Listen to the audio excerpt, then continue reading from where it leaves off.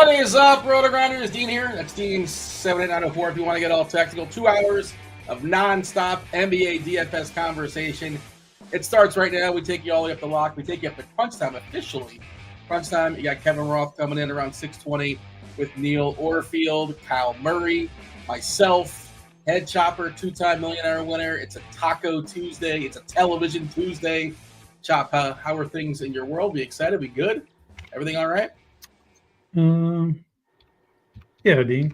Everything's cool. Ready for the TV Tuesday, you know. Some people would say that my streak on the thing here has TVs and movies and athletes has been more impressive than winning the Millionaire Maker twice. People have said that. People have definitely said that. I get a lot of DMs about that. Yeah. Would you agree with that? Yes, I think this is much harder.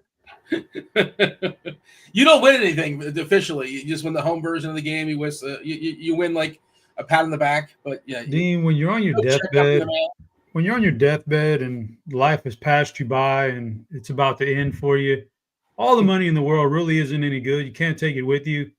But God dang it, you can have some pride in what you did while you were here, and that's like a lot of pride in guessing those clues like that. But also, Dean, let's not bury the lead here. You won your little shot ski last night. Wasn't that last night?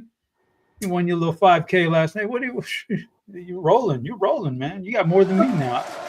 I feel good about it because it's something we talked about on last night's show. And, we DFS, we care about today and today only. And thank you. Yeah, it was a nice little lineup. But yesterday's show, the layout was perfect for what happened. There was 4 early games, like a 4-game block between like 7 and 8 o'clock. There was like a true doubleheader. The next 2 games didn't start till after those first 4 finish. We didn't know about Bam Adebayo, and we talked about it. We stressed it. We talked about it. Bam doesn't go. Kel'el Ware is legit. He is bouncy. He's long. He's very much like Derek Lively, good stocks guy. But he also can hit a 3. And I don't know how much that Heat game you were watching at the end. Probably none of it. You probably didn't care at that point. But and he didn't start. They started Kevin Love, but come on, who cares? We just talked about planning on, we got to save a spot for Ware. And I didn't save him for every lineup. I only make so many lineups. So I saved him this one. I think 2 of 8. I saved him for 2 of 8. And, in the hopes, you had some pivot options as well. And LeBron didn't really do anything, but he did just enough. He did just enough to get me there. But Ware was like 5 or 6%. Bam was ruled out. And, you couldn't really assume that was going to happen. But if the right dominoes fall, he was well positioned. And he closed really, really strongly. I think he had like 2 or 3 threes in the last 2 minutes. He got himself a double-double. Once he came in, I don't think he went away. There was no reason, to take him out. So, it was hopefully some people in chat, we were talking about it yesterday. Hopefully some people in chat followed along and saved the spot for Ware as well. But, that was very good. But you know what, Chop? We're back at 0. We're starting all over again. That's the beauty of DFS. Christopher wants to know soft or hard tacos. Do you have a hot take on that? Man, it's like asking to decide between your favorite kid. Well, I feel like parents have a favorite kid. I think this one's definitely better than that one. Like you get subjectively, objectively. It's very difficult though to express it though. It's very difficult to say it out. It's very difficult to say it out loud. Let's put it like that. But I like them both. Like honestly, I could eat both of them. So it is what it is, man. Yeah. One of each, that kind of thing. Whatever the mood calls for that day. But I'm not gonna bury either one of them. They're both very good. Maybe that'll be today's poll. I don't know if we're feeling frisky. Producer Steve will set up a poll. What else would you add to that? Soft taco, hard taco, burrito? I don't know. Or just either or. It doesn't matter. Taco salad. Anybody do a taco salad? What's the point? It's just because it's hard to eat a taco. Is that the issue? I don't know. Here's one for you, Dean. Yeah. Are you a big nacho guy? I'm very particular. I don't like jalapenos. Okay. I don't like yellow cheese. So I like it kind of sort of plain. I don't like the dip in queso or. Okay, so here's the question for you, because this has been a debate before in the DFS circles. Are you a Just give me that big pile of nachos, guy, with the ingredients I want, but a big pile of nachos, or do you want your nachos individually dressed? Individual nachos with everything kind of. Like each one's got to have a jalapeno and a little bit of cheese on it. Like, yeah. No, I want it with all the nonsense on the side. If you're really, again, I don't like the nonsense. I don't like the nonsense. But you say you don't like to dip. Yeah, I'm saying I just don't want it. Like, I understand that we live in a society and I'm sharing it with somebody. You're almost always going to give a big pile of chicken nachos. I just want the chicken and the nacho. I don't want the cheese. But by the way, you do know if it's all stuck together, it's all one nacho. I don't know if that's been a debate or not, but I think Jack Black and Steven Zahn, they settled that for us years ago. But did you have a hot take on this? Is this something people are debating as far as nachos? I wasn't aware of this. You didn't know about the individually dressed nachos take? That seems like a process. Like, it's more trouble than it's worth. Well, that's why you go out to restaurants and you get it, and that's why the refined establishments will give it to you that way. I'm not particular. I am not a food snob, Dean. I can tell you that. There are things I don't like, but I'll eat just about anything. Yeah, and I think anything's pretty good.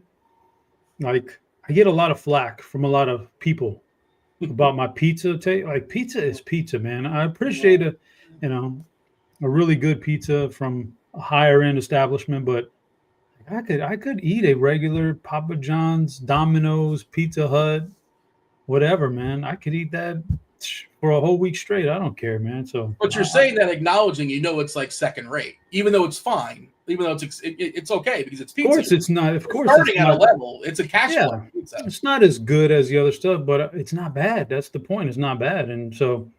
My palate being so unrefined, Dean, is what I think is what really held me back from being a great chef. I could have been one of the great ones. But did not have the refined palate. So, like, here's the thing: Alex Len is like not good at basketball. We'll say Alex Len stinks, right? We'll say this, but he's like the 400th best player in the world at basketball. What he does, 8 billion people. Well, Alex Len, he stinks, because pizza. Like Alex Len, he's like Domino's. he's good at basketball. Pizza's good, but you don't really you don't get excited about Alex Len. But compared to the rest of the world, is that a fair comparison? Is Alex Len is the Domino's? I think it's Alex Len for hundreds of other guys, and I think it's a fair take. Even like, of course, those kind of guys aren't as good as the LeBrons and. The Dwayne Wades and the Kevin Durants of the world, but compared to, Joe Schmo in Iowa, still an elite basketball player. So yeah, I'm cool with that. They're saying Alex Len is Cece's. You ever have Cece's before, the buffet pizza? I would say that I was in college, and there was a Cece's right down the street, and we ate that quite often. Yes, I mean, buffets were the thing in college for sure. I think it was like $3.99 or so. I wonder what it is these days. When I was in college, it was like $3.99, and you get a drink for like $2 or something like that. But Alex Len is Chuck E. Cheese. Do you know Chuck E. Cheese goes by a different name on the apps on like DoorDash, like Pasquale's or something like that? Just because they pretend to be a different pizza joint. It's not Pasquale's, it's Chuck E. Cheese, because they know people are turned off by Chuck E. Cheese. You're not going to order Chuck E. Cheese on DoorDash or whatever, Postmates. Did you know this? No, of course not. Didn't know that. It's interesting. Yeah, it's a smart marketing move, but like, has anybody ever ordered twice from Pasquale's? I don't know. All right, Dean. No, Dean. One more for you. What else you got? One more for you. Did I ever tell you how I had some of the most unhealthy eating habits in college when I did go? No. I spent about a year and a half, maybe 2 years when I first got there in a dorm, right? Everything paid for, the dorm room, obviously prepaid, and you got like a cafeteria you go to. And yes, you're about 100 feet from a cafeteria, and you can go in there 3 times a day, breakfast, lunch, and dinner, and do whatever. We were so bad, man. We would wait up all night long till 5 a.m. till that cafeteria opened and go and hit up the breakfast when nobody else was in there and it was just completely empty, and just stuff it down. Everybody else would kind of drift off and go to class, and I'd just go back to bed, Go back to bed. Oh, yeah. It was just the worst eating habits ever. The weirdest thing about college, like, we'll start. It's 7 games. We got plenty of time. But I always remember in high school, you would wake up like 6 o'clock in the morning. You'd go to school for like, from 7:30 to like 2:30, all these classes consecutive. And then like college is like, oh my God, I got an 8 o'clock class and a 9 o'clock class. I can't do this. Like the rest of your day is completely clean. You still have the ability to do it. I don't know. Maybe that was just me. I don't know if that was your experience as well, Chop, but rookie mistake, I would say, is getting early classes in college. But yeah, also rookie mistake. If you go off to college, don't seek out a bookie. Don't find a bookie. Big mistake. That was my big mistake in college. That's probably less prevalent now, I would imagine. It's just more accessible. But yeah, that's still probably good advice. Or be the bookie. Well, I don't want to advise that either. Probably don't want to advise that. But yeah, I think there's a movie based upon that. It's not Movie Monday, but there's a movie that has that kind of plot. It is Television Tuesday. We'll go ahead and give the people the first clue. Chop, you can play in the private game. Keep your momentum going. We got a 7-gamer in the association. Tyrese Maxey's questionable. Paul George was upgraded to probable, so I assume he's good to go. We'll see. Stay tuned. They might just throw that game out because they're scheduled. They're on the front end of a back-to-back. I should mention that. There's 8 teams. I think it's 8 on the front end of a back-to-back. Nobody in the back end, right? But there's 14 teams playing tonight. Tomorrow night, I think it's 10 or 11 games. Slew of games for Wednesday. Philly is in the front end. Atlanta, the Pels, Chicago, Milwaukee, Denver, Dallas, and the Nets. Also, tankathon stuff like Brooklyn and Portland. The last game of the night, both these teams they won't necessarily tell you flat out. But they want the front office at least desperately wants to lose this game. It's an important game for the old tankathon. I know it's early in the season, but it's never too early to check out those tankathon standings. Both Brooklyn and Portland probably want to lose. Brooklyn on the front end probably going to do something goofy. I think Avdia is also questionable as well. Trae Young, I assume Trae Young is going to go. He had an illness, but he was at practice. He's officially questionable. We may get Kyrie Irving back, possibly, maybe. That is the back end of the TNT doubleheader.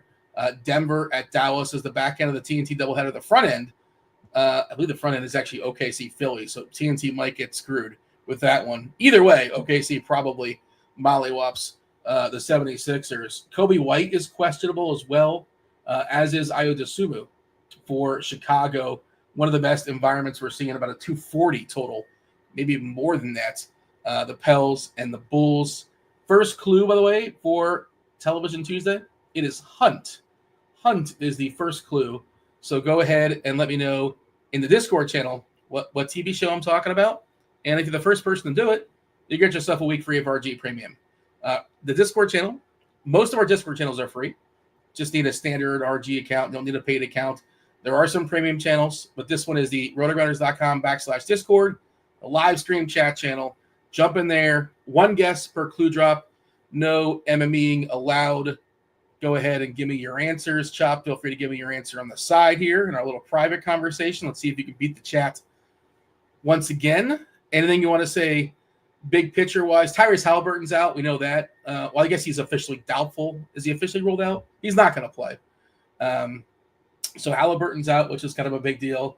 So of note there for the Pacers. And if I missed anything, of course, we'll talk about it when we get there. Chop, anything big picture-wise? We have some big spends. Joker's available. Giannis is available. SGA as well. I presume Trae Young.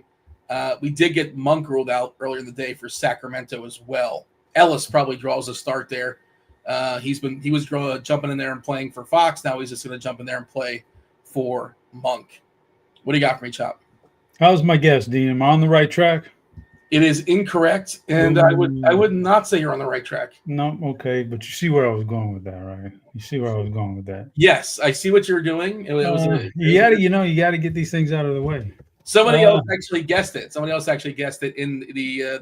We were on the same wavelength there. So he was guessing mad about you. It's not a Helen Hunt reference, but I saw what you're doing. No real big picture here. We're gonna get into it. It's pretty. I think the slate's. I don't know. Like right now, I'm not seeing any.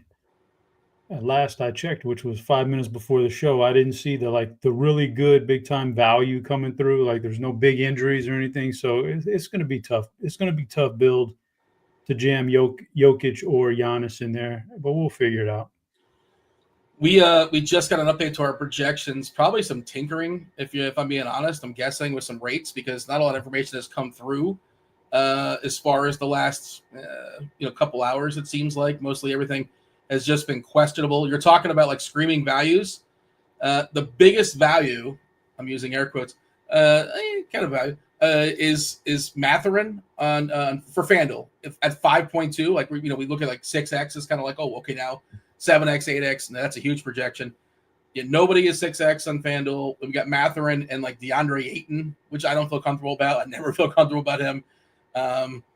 Portland, and again, a game where I think Portland, I don't want to say they're going to actively try and lose, but they don't want to win. The players are going to try their best, but I don't know if they're going to be put in the best position to win. But that's our biggest value plays right now on FanDuel is Mathurin, Ayton, another Blazer, and Sharp, and then Nembhard, another Pacer. It's not great. As far as DK, are there any 6x players on DK? There are not. Our best point per dollar play is not a comfortable one. It's Vit Krejci. I do not feel good about that at all. We're projecting 24 minutes. Of course, he's almost no minimum. He's 3-4 with a projection close to 20. Then Okongwu, just because he's cheap enough, but Mathurin, Nembhard, TJ McConnell, Timothy John, so 3 Pacers in a row. But there's not a lot of great value, is like kind of what you're referencing, and it's going to be tough to jump up and get the Joker. You can do it. He better put up 70. He kind of has to, unless news flow can change on us. But the first game, by the way, optimals, and this stuff can always change. Understand that when I say it now, news comes in. But right now, we're seeing a bunch of Pacers come in. 5-4 Pacers hitting lineups. It's weird. I have 5 hitting the second one, 4 hitting the first one on DraftKings, and 2 hitting the third one, then 1. That's very strange. I didn't have a ton of variance. I had some 4, but some Pacers because, again, Halliburton being out. But the other thing is, Chop, and let's just kind of get to it. That is the first game. I believe that's the only game. No. There's another game at 7 o'clock. We'll talk about it in a second. Cleveland, Indiana, 232 is the total. The Pacers, 8-point dogs here. Again, no Halliburton. We're expecting Nembhard, Ben Shepherd, Mathurin, Pascal, Miles Turner to start for the Pacers. The rest of the injuries as far as this game, that's basically it, right? As far as the Indiana side. Cleveland, they're probably going to be without Ty Jerome. Not a big deal. He's currently ill. He's doubtful, but that's not terribly impactful. How do we feel about the Pacers? Because, bad matchup versus Cleveland, but the absence of Halliburton means somebody needs to step up.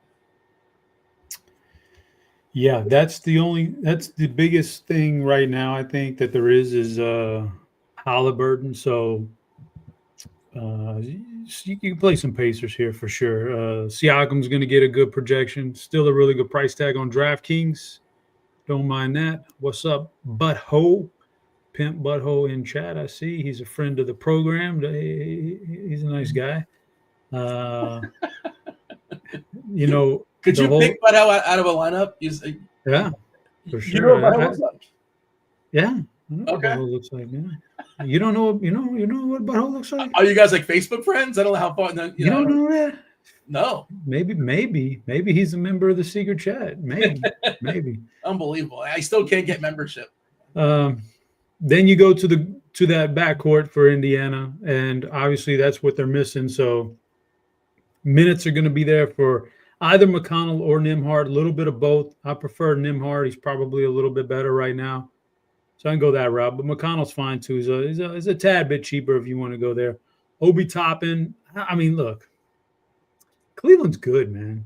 On the inside, they've got that good defense. It's not easy, man. It's not easy. So some of these guys are – it's not like these guys aren't like 3K dirt cheap guys here. They still carry a pretty decent price tag on them. So nothing is like for sure got to start Nembhard, man, because he's 3,300, and Halliburton's out. No, he's 53. So this is all with a grain of salt. I'm not loving a lot of these guys, especially considering the matchup and the prices. So, but I think you could play Siakam at 71. I think you could play Nembhard or McConnell at those price tags. Some of the other guys who might pop a little bit, Toppin, Jarris Walker, probably a pass for me, And the Cleveland side is pretty easy. I don't like it. Like, they're a great team, but they're pretty healthy and got most of these guys going tonight. And I'm not sure I like anybody from Cleveland in particular. It's tricky because interesting. It doesn't sound like you like anybody in Indiana, and it sounds like you're kind of sort of somewhat okay to have no Pacers. No, so I don't really like anybody from Cleveland. Doesn't mean that when I'm building a lineup, if I have, for example, oh man, I've got one spot left in the front court and I've got 8,200. Sure, I'll play Mobley. I have no problem, but I can't actively seek out any of those guys, and I'm probably not actively seeking out the Pacers guys tonight. Like, I don't know how you build a lineup, but like, I'll start off, and if there's something out there that I feel like, oh man, yeah, okay, here's an injury, and here's a guy who's a direct beneficiary, I got to get him in there. That's the first guy in there. Oh, and then Jokic has this awesome matchup tonight. Yeah, I'm gonna play Jokic, so let me put him in there next, and then when it's a trickle down effect from there. Like, none of these guys in this game I look at and go, yeah, that's a first guy in or a second guy in type. They're okay. I put them in at the end, but certainly not one of the first 3 or 4 guys that I'm putting in anybody from this game. Firing up the court IQ, you kick Halliburton off the court. Biggest bump is the Mathurin. Mather gets a 4.4% bump as far as usage. TJ McConnell's 2.8% bump as far as usage. McConnell all the way up to 27%. Mathurin about 27% as well. Pascal just a 23, not a big jump for him. I was just trying to figure out the minutes as well, and it's just, I don't think they're going to play McConnell a ton with Nembhard, right? They'll have some crossover, I suppose. I think we're projecting them for, I just erased it by accident, about 50-ish minutes combined. Let's see, Nembhard 32, McConnell 23. So there'll be some overlap, but not necessarily a ton. And Shepard's going to start. He's not a big usage guy. Well, I'm assuming he's going to start. He played the second half, started the second half. But, Ben Shepard will start today. 11% usage, 0.61 fantasy points per minute. Dean, did you hear me? Oh, yeah. Is that official? That just came through? Yes, that's official. Okay. So for 3,200, he started. Now, that probably becomes my favorite Pacer. Not that 3,200. That's pretty cheap, man.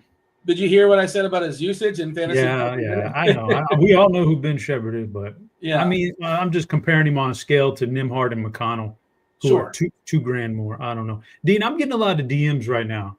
After I made a comment a minute ago, I'm getting a lot of DMs, and people are they're asking, how does Dean is a consistent winner in the NBA? How does he start his lineup every night? It changes, but like you, it's where is the value at, right? Who's in, who's out? That's the most important stuff. Salary is a huge dictator as well. A lot of times what I'll do is I'll say, I like this player and I like this player from this game, or I love this game. I want 2 players in this team and 2 players in this team. And I'll force that on lineup HQ, and then I'll see what I get around it. Like, I'll say, I want 2 players for New Orleans and 2 players for Chicago, and then, build me 55 lineups around that. And then I'll just kind of go through them, and then I'll say, oh wait, I don't like this guy. I don't want this guy. So maybe I'll X that person out, or I'll kind of lower their projection by 2 points. So sometimes it's part like I know better, and it's part like trust the projections, if that makes sense. But I will hand build sometimes, but for basketball, I many times will have like a plan of, I definitely want to play this player, so I'll lock this player and see what I get around them. And like, again, the thing last night was just sort of waiting. You just had to be patient. You just had to hold. And it could have went the wrong direction. And there's whatever. If you lose, you lose. It's Dave Potts once said, like, you're supposed to lose. You lose anyway, right? You might as well, take a big swing sometimes. The game is not necessarily set up for you to win, right? But put yourself in a position to potentially win. And it's okay if you finish dead last. There's no shame in that. I'm sure I have plenty. I don't really go through it, but I would imagine I finished dead last a ton of times because the plan just doesn't come through. Nobody actually DM'd you and asked that. You're just making that up. Why did you? I don't know why I bought that. Why am I actually answering your question? Nobody sent that DM. I need to see a screenshot, Chop. Well, you answered the question because we're on a show pertaining to NBA DFS basketball, and the people that's kind of what they pay us to do is to talk basketball, NBA. Also, Chop, Mr. Predicto. Whenever I'm a little bit confused, I use this guy. He never fails. Okay, well, let's fire him up now. Will Ben Shepherd score more than 15 DK points tonight? Well, wait. Do we want 15's not good enough? We got to say 20, don't we? 15's worthless. Well, I wouldn't say it's worthless. You never know how the thing turns out. You never know how any slate turns out. You just don't know ahead of time. 15 might be perfect. All right. Will Ben Shepherd score 20 DraftKings points tonight? It should turn on. It's supposed to turn on. So did I turn it off? Did I? Oh boy. This is what you get for $20 on Amazon sometimes. I was trying to get the Magic 8 Ball, and that's around here somewhere too. I don't know where it is. But it's not within arm's reach. But get yourself a Mr. Predicto on the Amazon. And here he goes. Just came alive. He remembers the question. It has been determined so. Well, there you go. So he's getting at least 20? Is that what we're talking about? Is that good enough? Yeah. I got 3 lineups tonight. If you tell me Ben Shepherd is guaranteeing a 20-point floor, I'm putting him on 2 of the 3. You're on mute, I think. Dean, I think you're on mute. Oh, yeah. If you want, I can supply you with an email of some sort. I was muting because Mr. Predicto was still talking. He has a way of keep answering questions even when they're not asked, which is kind of the tricky part with Mr. Predicto. But, yeah. I'm probably going to have a pacer in every team. I don't really love it. But, again, this slate, we're going to talk about it. There's not a lot to love in general when it comes to salary, right? Sure, there's some interesting matchups, but by the way, the official lineup for Indiana is Turner, Siakam, Mathurin, Shepherd, and Nembhard as predicted. Yeah. All right. Anything else of note as far as this game? You didn't seem terribly enthused about Cleveland. They're all sort of fine, right? I wish Mobley was a little bit cheaper. I like Mobley. Garland's fine. They tend to blow teams out. They tend to keep their minutes down as well. Is this the front end for Cleveland? It is not. I think both these teams are on island games for what it's worth. So if Indiana can keep it close, though, I don't mind like 2 Pacers and a Cleveland run back. And I'm good with, Garland. I probably can't get to Mitchell, but, Mobley's probably my favorite, if I'm being honest, but again, I wish he was a little bit cheaper, but I wish a lot of players were a little bit cheaper. That's just kind of the way this slate is shaping up. You got anything else here, Chop, as far as the Pacers and the Cavs? Nah. Move on. Oh, by the way, though, okay, in just a minute, you are going to drop clue number 2. But also, if anybody's in chat and you've recently purchased a good heating pad from Amazon, drop a suggestion in chat. I'm going to get me a good heating pad for my lower back. If anybody has a good one they'd like to recommend. But now I think we're ready for clue number 2, Dean. Were you questionable for the show, Chop? Or you got it back? I've come to that point in life, Dean, where sometimes I just do like the most random movements, washing dishes or something, and boom, the disc comes out the back and slips, and I'm down for a week and I'm down for the count. So, heating pad generally helps. But if anybody has a good suggestion, I like it. But I've always had back problems, though. That you were a linebacker back in the day? I was, Dean. I was an all district runner up all state, I guess. Honorable mention is what they called it. I still think I got jobbed for that, but yeah, linebacker, Dean. It is legit state too. This isn't like all state Texas. Maine. No, this is Texas, and I was known. And the thing about it, Dean, now that you bring it up, I had pretty good instincts. I was certainly, if you were going to ask any of the guys who I played with back, they would tell you the one thing that what do they remember about me as a linebacker was not afraid of the contact. Was not afraid of the contact, Dean. So yeah, I did the damage to my body at an early age for sure. Can I ask, by the way, Deion Sanders to your Cowboys? Do you have 30 seconds on that? I'd love it. I would love it. Yeah. First of all, as solid as Mike McCarthy is in the regular season, obviously glad he's kind of gone because the upside is capped. I wouldn't mind Deion because, first of all, I didn't think he would succeed at Colorado, and he's proved me wrong. And the one thing Deion does really well is he knows his limitations as a coach, and he surrounds himself with the smartest people the market can buy for him. So he's not going to come in here and draw up X's and O's and be an offensive coordinator or defensive coordinator, call plays and stuff. He's going to be a leader and a guy people want to follow, but he is going to surround himself with the best offensive and defensive coordinators he can get a hold of. So I'm all for it, man. That's what the league is. League is built on offense and defensive coordinators these days. He's a good delegator, is what you're saying. He's a great leader. Yeah. It'll be interesting. If nothing else, good drama, no matter how it goes. So it'll be fun drama as somebody that doesn't have any rooting interest of any sort. I saw Jason Witten, allegedly, his name was thrown out there too, which is hopefully he's a better coach than he was a broadcaster. I would just say that. But all right. Yeah. That's I've seen some weird names thrown out there, man. And some I'd be really kind of upset about. But we'll see. OKC and Philly, 217.5 is the total. OKC, again, kind of, sort of. I don't want to say schedule blowout. It is in Philly, but they're 13-point favorites. We are also getting Alex Caruso expected back. He's off the injury report. I'm just refreshing right now. The 5:30 report should be coming in from NBA.com right now. But yeah, OKC is pretty clean. Of course, Holmgren's out. Mitchell's out. Nothing new there. Philly, nothing new. The two bigs are out. Embiid and Drummond. Kyle Lowry also out. Caleb Martin is officially questionable. Tyrese Maxey's got a hand, so he's questionable. McLean, bummer for him. He's out for the season. And then Paul George, revenge game for Paul George, officially is probable with his ankle. Thunder, 76ers. What do you got?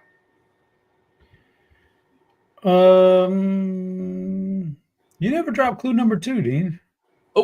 Oh, I'm sorry. Clue number 2 for the people, for Chop, it is battle. Battle is clue number 2. There you go. Now you're going to think of a battle, and you're not going to give me your analysis. Well, the thing about this game is, I dig into every game, especially on the days when I'm going to come on the show. I'm even more meticulous than normal. Boy, I'm just not seeing a lot from this game. I just didn't. And there's other games down the road we'll talk about I feel a lot better about. But this one, there was nothing that really jumped off the charts to me. So it's not like I was going to go in depth on this thing anyway. I think, Tyrese Maxey's 9,600. I'd probably be more likely to play him at that price tag if there was no Paul George either. But yeah, that's just tough. That's just tough for any of these guys against OKC, who does everything well on defense pretty much. And that's just a tough match to talk about, to doing anything right there. And then on the flip side, OKC they're okay. Shai Gilgeous priced up. He's probably not going to find, at that price tag, I will find a way to get Jokic in there, or at the very least Giannis over SGA. And, he obviously has great upside too, and that could be your path in a big tournament. But, yeah, at that price tag, I don't want. Jalen Williams is okay. Probably not going to make my lineups. Hardenstein's was great when he first came back, and they had him priced down there, and now he's 7K. There's nothing great about that. So the only thing that I could possibly say about this game is the cheaper guys. Maybe if there's no other value that opens up later, maybe Lou Dortz. You're not getting a lot of upside with these guys. Wallace, Dortz.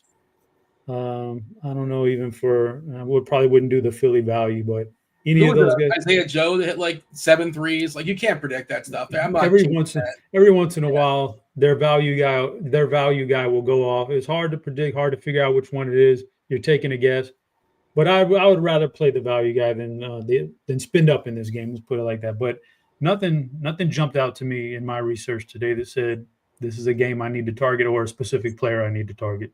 I do like Hartenstein because Philadelphia is the worst rebounding team in basketball, and they're two bigs, right? They're without Drummond and they're without Embiid. So they're the worst for the entire season, and they're even more worse, if that's a way of phrasing things, probably incorrectly. But the point is, I think this is a spot where Hartenstein can, get like 17 rebounds, possibly. Also, OKC, really bad rebounding team as well, but he's actually improved them on the season. Philadelphia 47.6% of rebounds they grab. OKC 48.3%, but they've been better since Hartenstein's been back last 15 games or so. And now I'm just curious, last 5 games for Philly, right? They 46.6%. Atlanta the worst for what it's worth in a small sample of just 5 games. Never going to discourage anybody from playing SGA, of course not. This is also a TNT game, but it's just hard. It's just hard to pay him off. But yeah, of course, he's great. He's spectacular. If you think tonight's the night he drops 40 in the bucket, by all means, go for it. 7:30 games. That's the 2 7:00 games. There's one game at 7:30. Trae Young, still officially questionable unless things have changed. Has that changed? I still think he's going to play. Maxey participated in shoot-around. Remains questionable. That's our update for Tyrese Maxey. You'll know this. If we don't know it, Crunch Time's going to know it. Philadelphia probably gives you their lineup at 6:30 on the East Coast. It's a 7:00 game. Phoenix is in Atlanta. 236 is the total. It's high and tight. Phoenix is a 3-point favorite here in Atlanta. Grayson Allen didn't finish last game. He's good to go as far as his knee. He's probable. Nurkic, they're saying he's ill either way, like they kicked him out of the rotation to some degree. Atlanta, Bogdanovich, he's got a knee. I believe this is the front half of a back-to-back. It is. Yeah, front half of a back-to-back for Atlanta, so maybe he doesn't play both games. We'll see how that goes. Jalen Johnson is still out with his shoulder. That's a big deal. Larry Nance is still out with his hand. And then Trae Young, illness. I'm working under the assumption that he goes. I think we have an if-then set up for that. If he doesn't play, so if he doesn't play, DeAndre Hunter would project really, really well, really strong. Even Gary Bird, your boy Gary Bird, Garrison Matthews would project pretty well. Krejci would project pretty well. And then Dyson Daniels, the great barrier thief himself, would all project pretty well. But again, I just feel like I know that he's playing, but I don't know that for sure. How do you feel about Phoenix and Atlanta? Good spot for both teams here.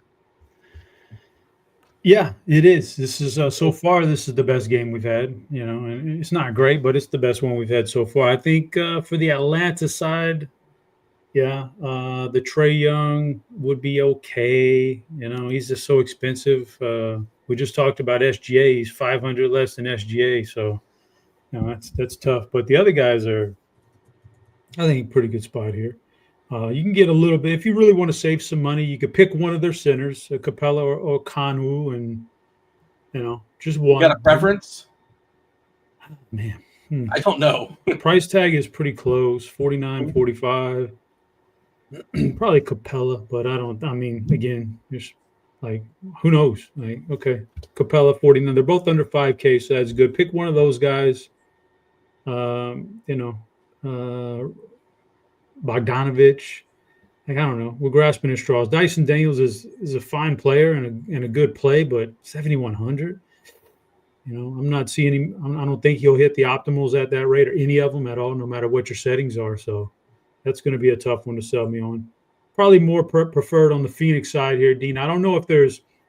I don't have the FanDuel or DraftKings Sportsbook in Texas. I don't know if they have such a thing, but if they have such a thing as total team 3-pointers, Phoenix fits the mold tonight of a team that's going to go over, right? Like, we know Atlanta's issues. We've talked about it all year. They don't defend the 3-point line very well. Phoenix is like tailor-made with like 6 guys who are primarily just 3-point shooters or do it very well.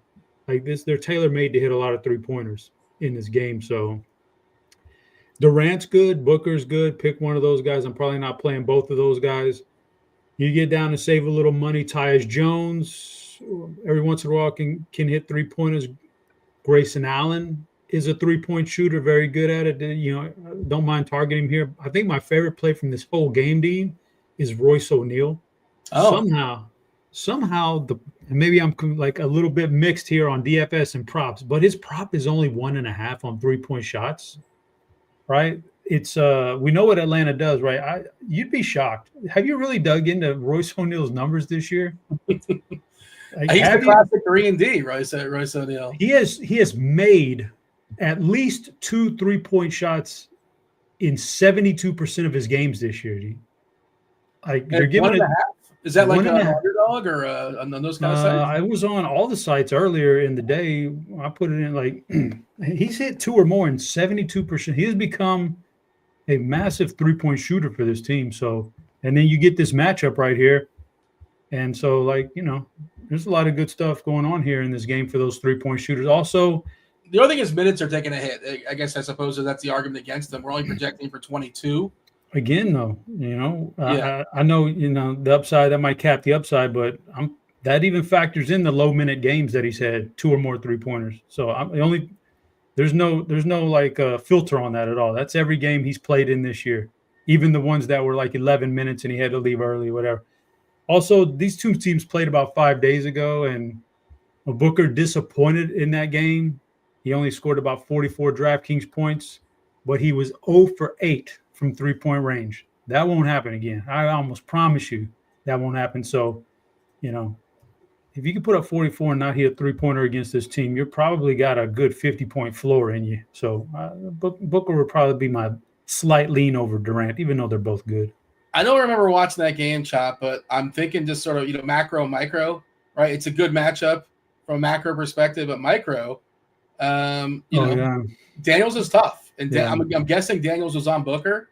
Not that you can't beat him, but I'm guessing that's pull up Booker. Pull up Booker's defense versus archetype. I'd be curious on that. Let me see if I can find that real quick. It's on Lineup HQ. I'll pull it up here in a second. And you can just sort of sort it by top to bottom essentially. Let's see, Booker's second best. If you're going to call him a scoring wing, it's the second best. So that's interesting. I don't know how that. It's sort of tricky, but I also think that we're assuming that Daniels is going to be on him, right? I would imagine so. We had this I remember we had this conversation when they played about 5-6 days ago, whatever it was, and I don't think we knew then. And I did not sit down and watch the game, so I couldn't tell you. But like, if I rewatched that game and I saw Dyson Daniels the primary defender, I would shift my outlook to Durant. But if I watched that game and Booker just caught the bad variance, then I wouldn't worry about it too much. I mean, both Durant and Booker struggled that game, it looks like. So I don't know. That's weird. Chop, I'm going to throw this next game to you. I'm going to jump out and jump back in. My camera is actually a little bit funky, but I'm going to set you up and I'll jump in. We're going to talk about, or you're going to talk about, and I'll catch up. Another game looks really, really appealing on paper, high and tight. The Bulls. We love picking on the Bulls. New Orleans. I think these are the 2 worst teams as far as bleeding points in the paint. We'll talk about that in a second. 241, Chopper. 241 is the total. New Orleans just a 2-point dog here. Who's in, who's out? Well, it's a little bit dicey as far as Chicago. I did get the newest injury report at 5:30.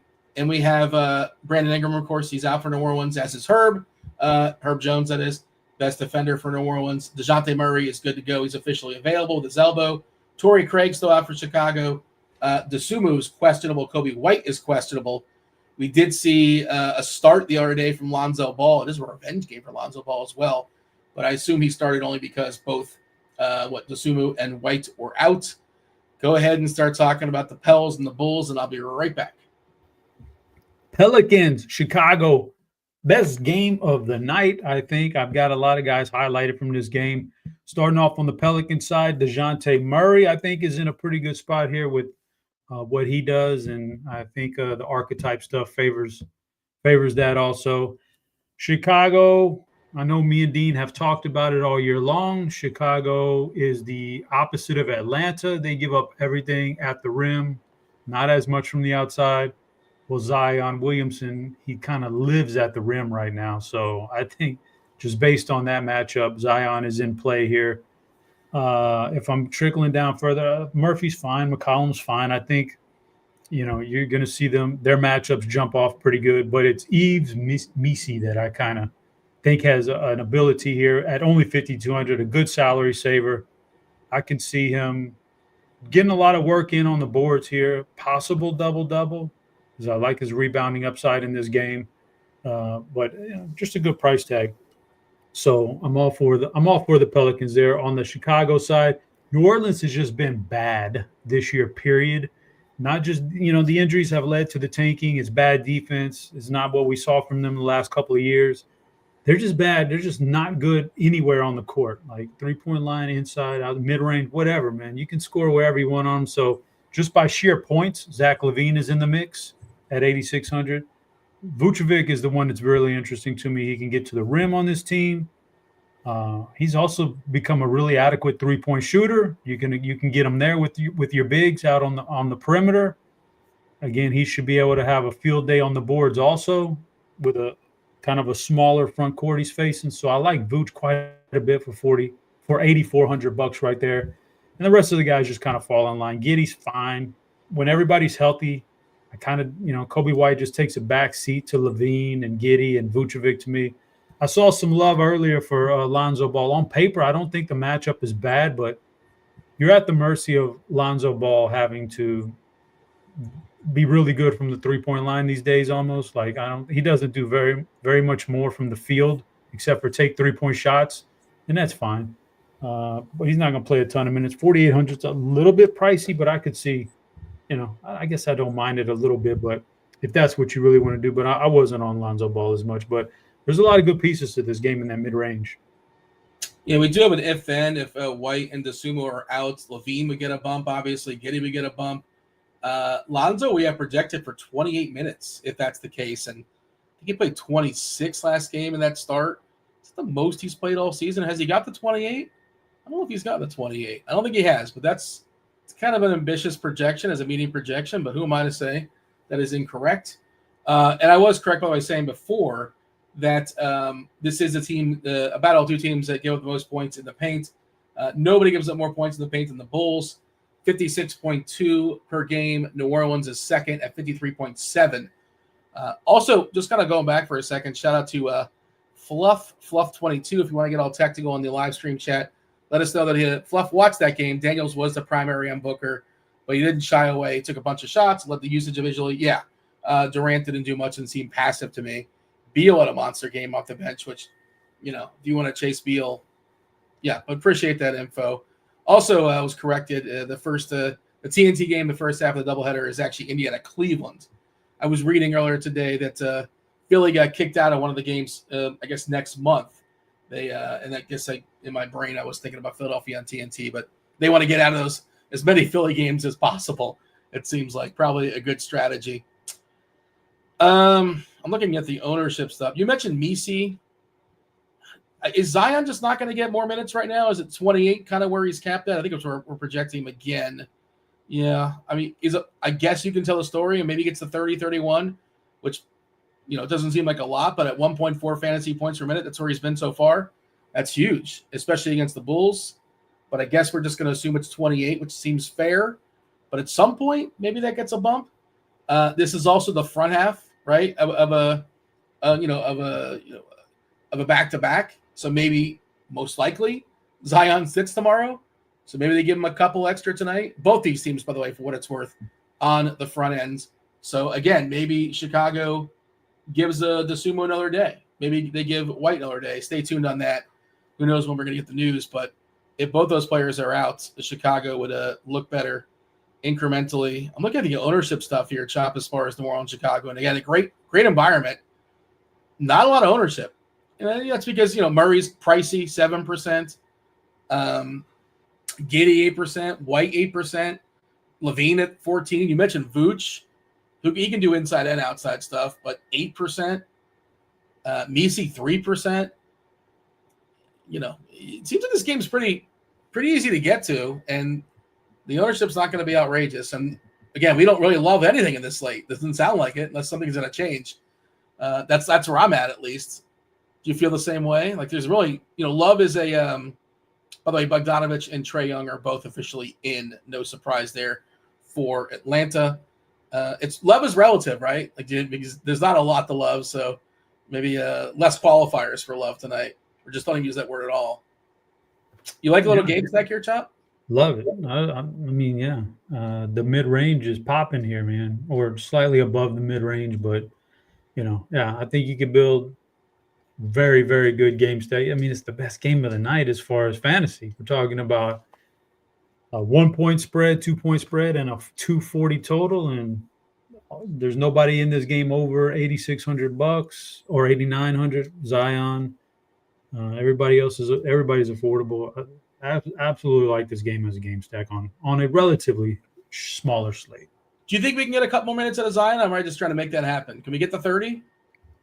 Oh man. Yeah, I don't know why they would do that, to be honest with you. We're gonna rest him tomorrow. Probably. He's been resting all year. I just don't think they have any desire to win games, like to push him right now.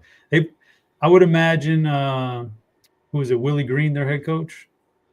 I would imagine that the front office has a pretty straight up, earpiece in there saying, do not play Zion over 28 minutes or whatever the hard cap is. Do not do it because it benefits them, and keep him healthy. You never know. They may want to trade the guy or something. So I don't think so, to be honest. There's just nothing. There's no reason to be honest with you. Wasn't there that secret Mike that caught Zion talk about playing in Chicago? You remember that? He was he's like, I'll be here in a year or two. Or I can't remember what the context was, but it insinuated that he would be playing for Chicago at some point. Last year, this happened, I think. Yeah. Does he have ties to Chicago? I don't know where he was born. I'm not sure. He might. I know he went. I don't know where he came from, but I'm sure. I kind of think at this point he wants to go anywhere except for New Orleans. He wants to go anywhere except for being New Orleans. I think he's done with it.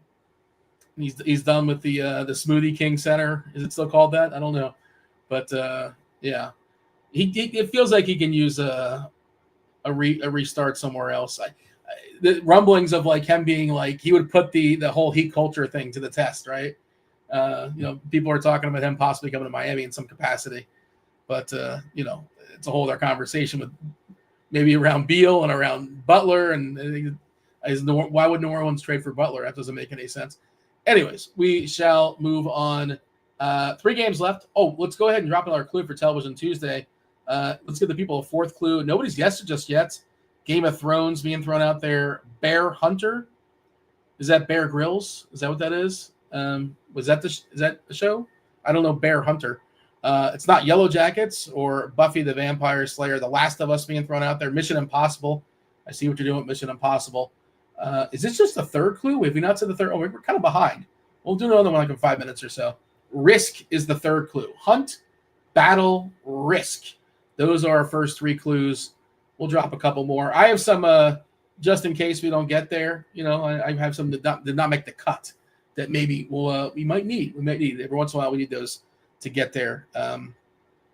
Some guesses are coming in now. Okay, Chop. 3 games left. Let's keep it moving. Next game on the board is Sacramento. Sacramento taking on Milwaukee. 227.5 is the total. It's not that high, but it's tight, right? Milwaukee is a 2-point favorite here against the Kings. No Monk tonight for Sacramento. We're assuming Keon Ellis will jump in that starting lineup. Otherwise, Sacramento fully clean, good to go. Giannis is officially probable. As far as Milwaukee, no Chris Middleton.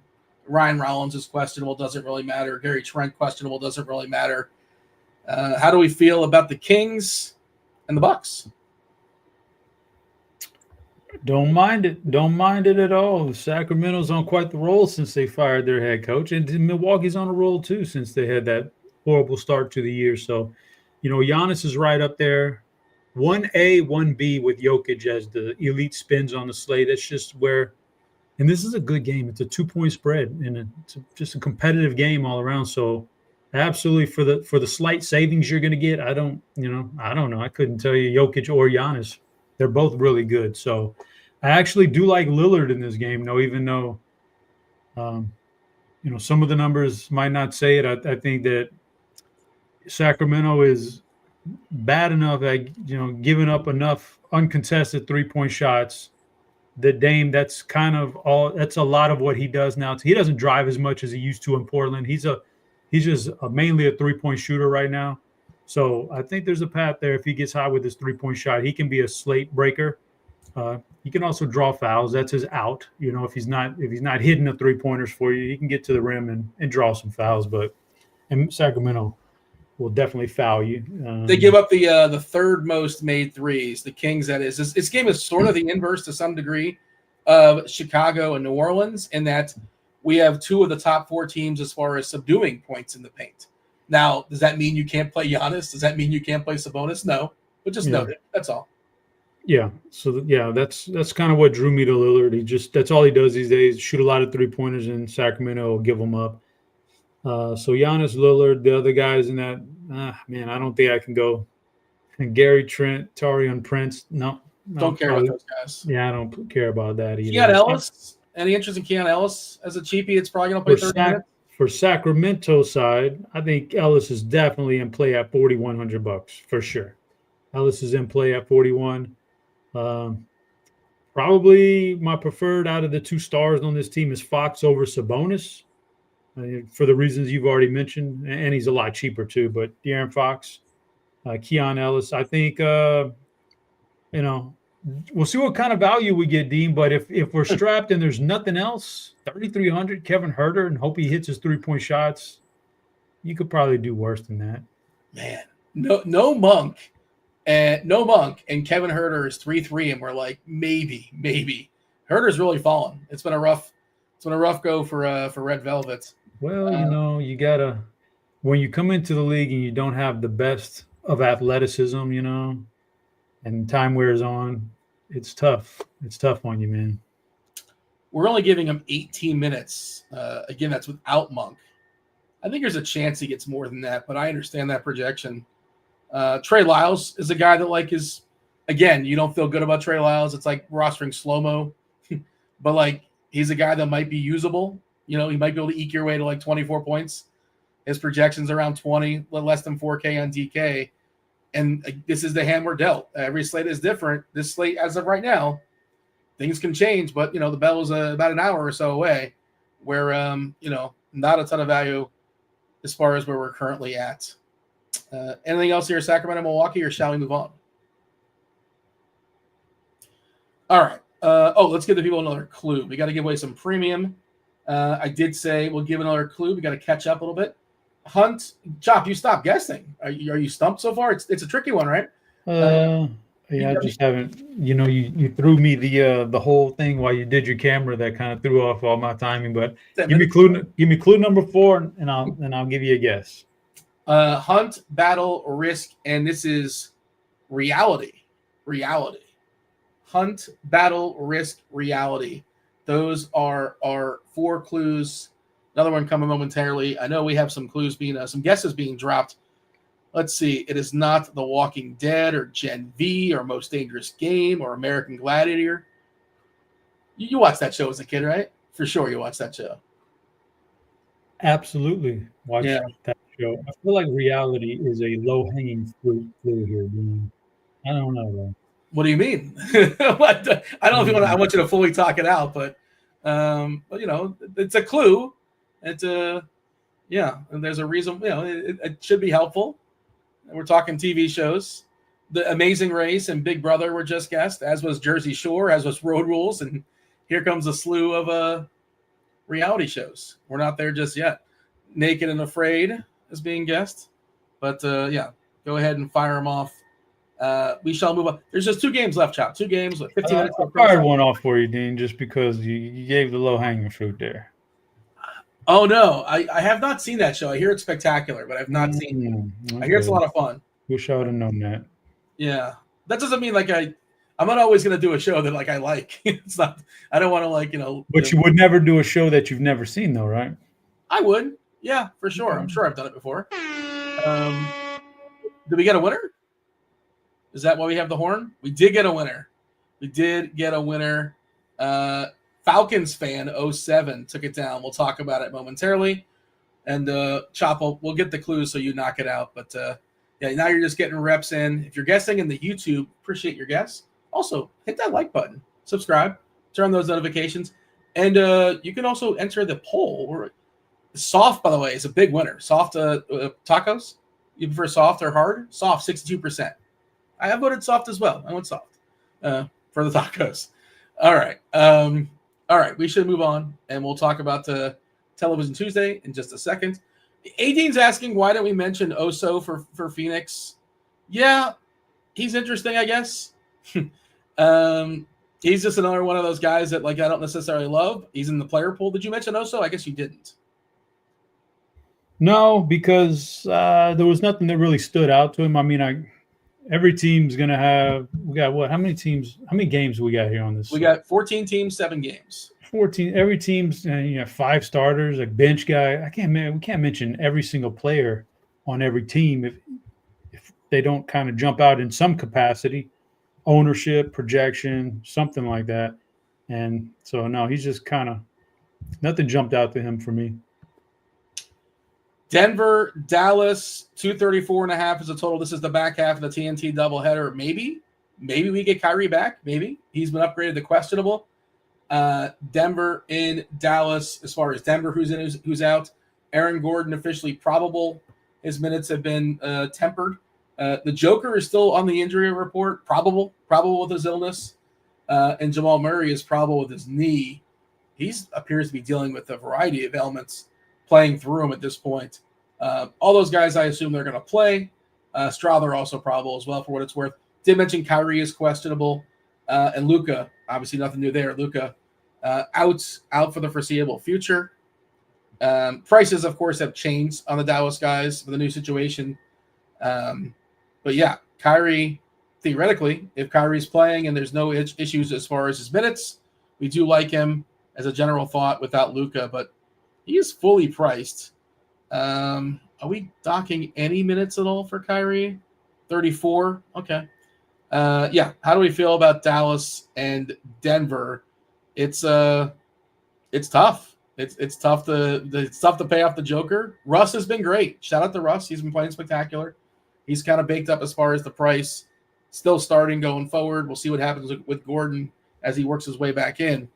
But I'm having a hard time playing players in this game. How about you? Well, Jokic definitely is the one that stands out as probably the best player on the slate. Like he's been insane over the last few weeks, and I don't think that's going to stop anytime soon.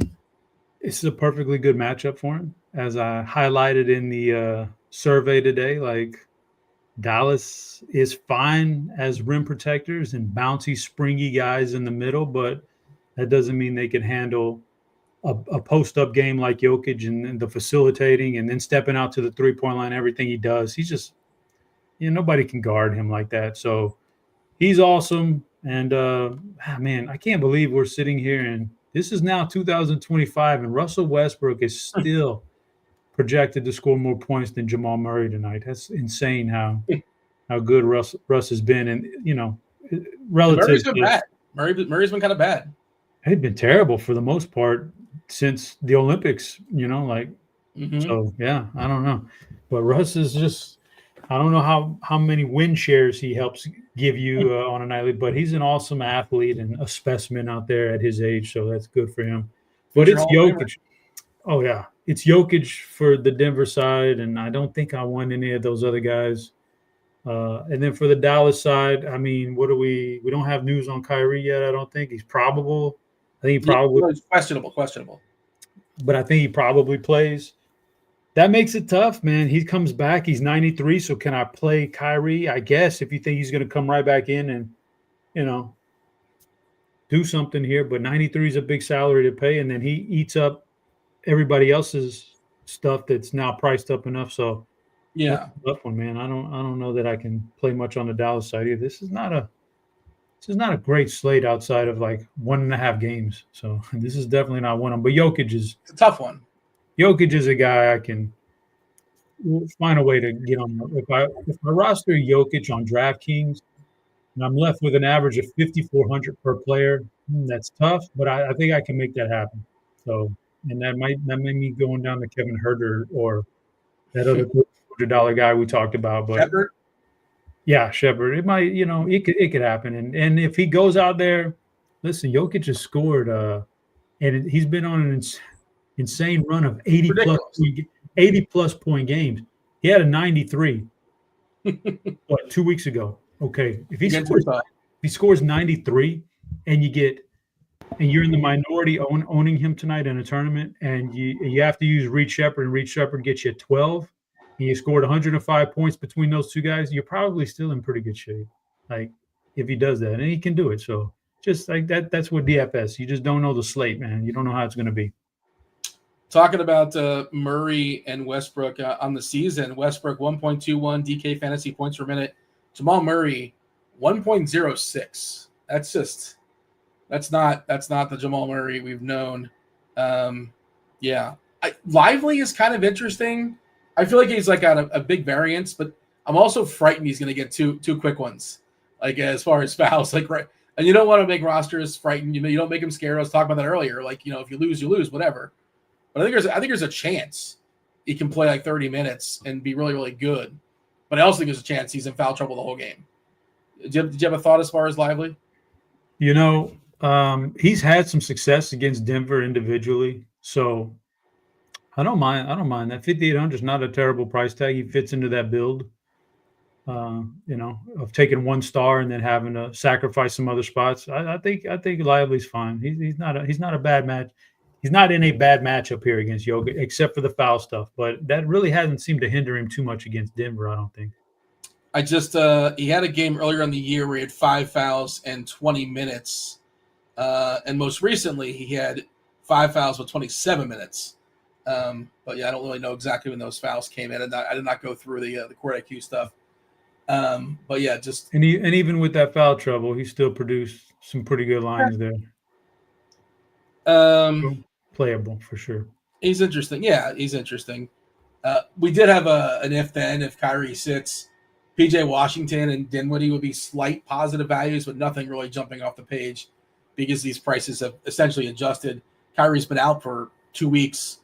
Luka's been out for basically the same amount of time, if not more, right? So the prices on Dallas have essentially changed across the board.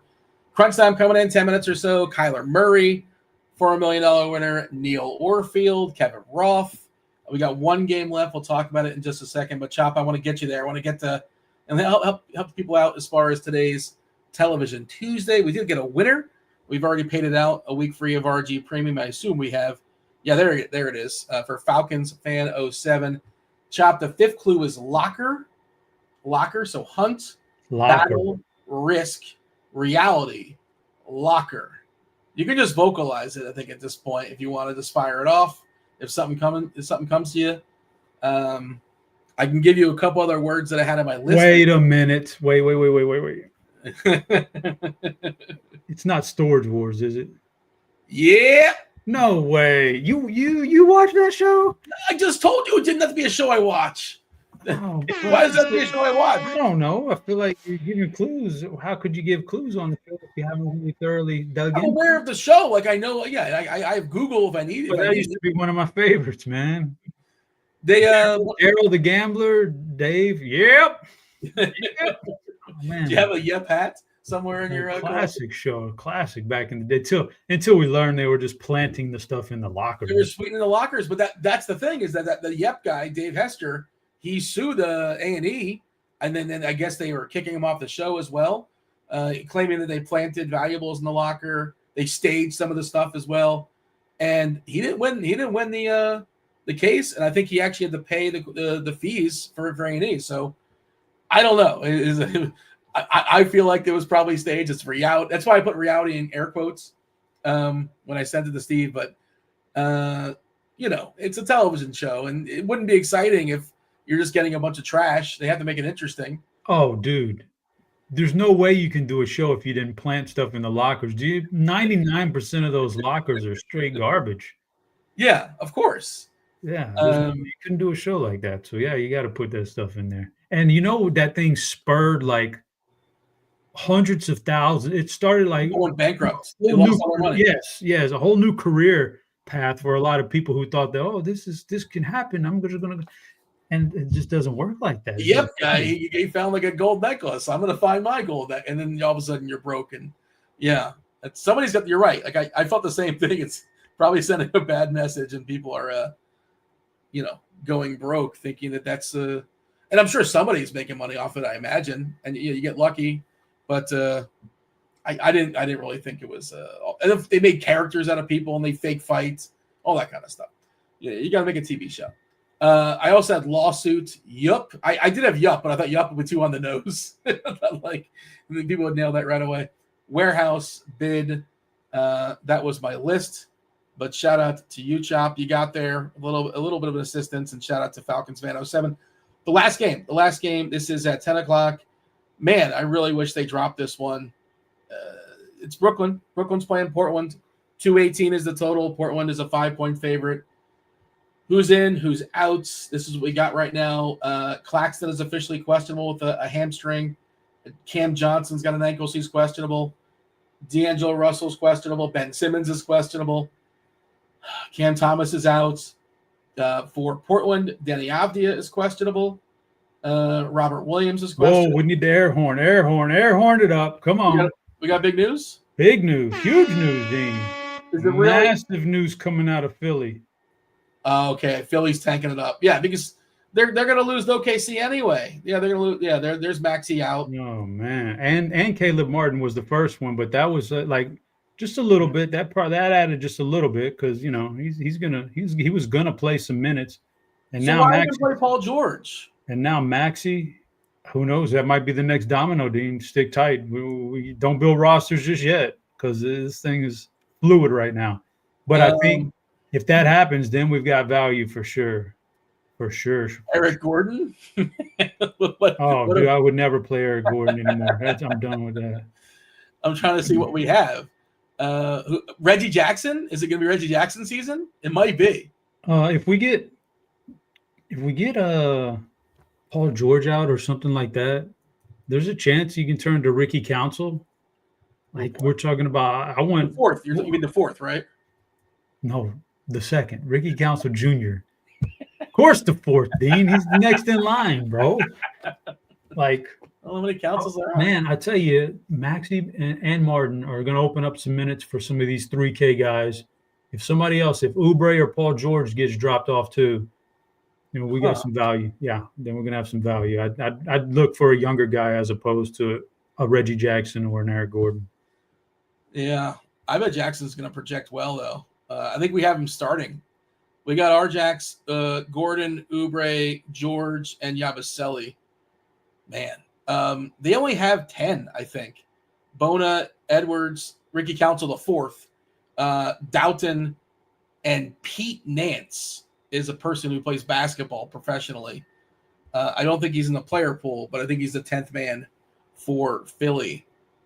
Okay.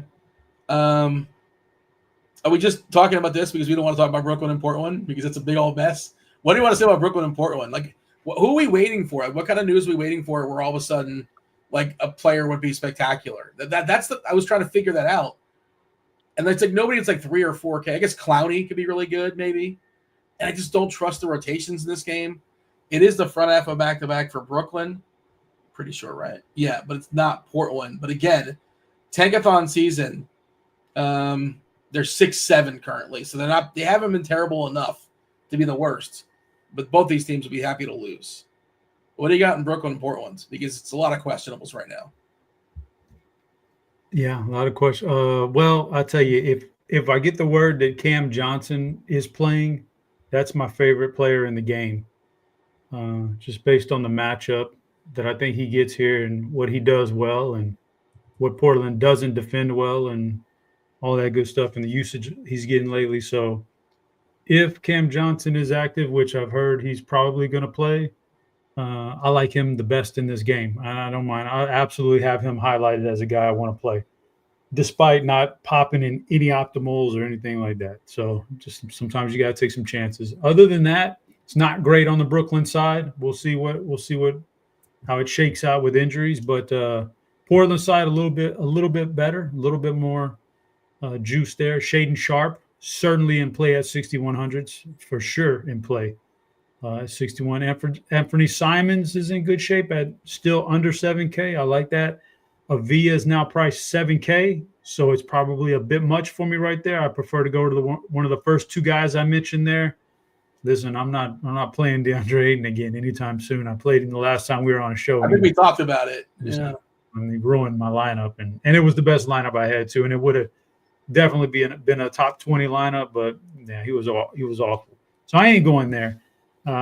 Probably not going down there with any of the other guys either. I'm actually at this point in basketball history, I'm very, very happy the Rockets missed out on that top 3 triumphant in that draft and didn't get Scoot Henderson, who I thought was going to be really good. He was not. Amin Thompson is so much better than him. So got lucky to miss out on that, which I thought was a big 3. It was not a big 3. So I'm not going with any of those guys. But Shaedon Sharpe, definitely in play. I like Shaedon Sharpe a lot at 6,100. And I like Cam Johnson a whole lot if we get the word he's for sure active and ready to go. I feel really confident Brooklyn's going to rest at least 2 guys here. Again, they're on the front end of a back-to-back. They want to lose this game. They're on the road. They still have a lot of bodies, so it's just hard to figure out. I don't know, and it's 10 o'clock, and when is that news going to come? I don't know. I saw somebody mention Sharpe in the chat. He's a good fantasy point-minute player. Sharpe, if Claxton's out, could be interesting. I just don't know. I wish I can. There's too many moving parts to kind of figure it out. Scoot. I guess Scoot's just not happening. And I saw somebody in chat asking about it, and like you said, he's been disappointing, unfortunately, so far. I guess maybe at some point.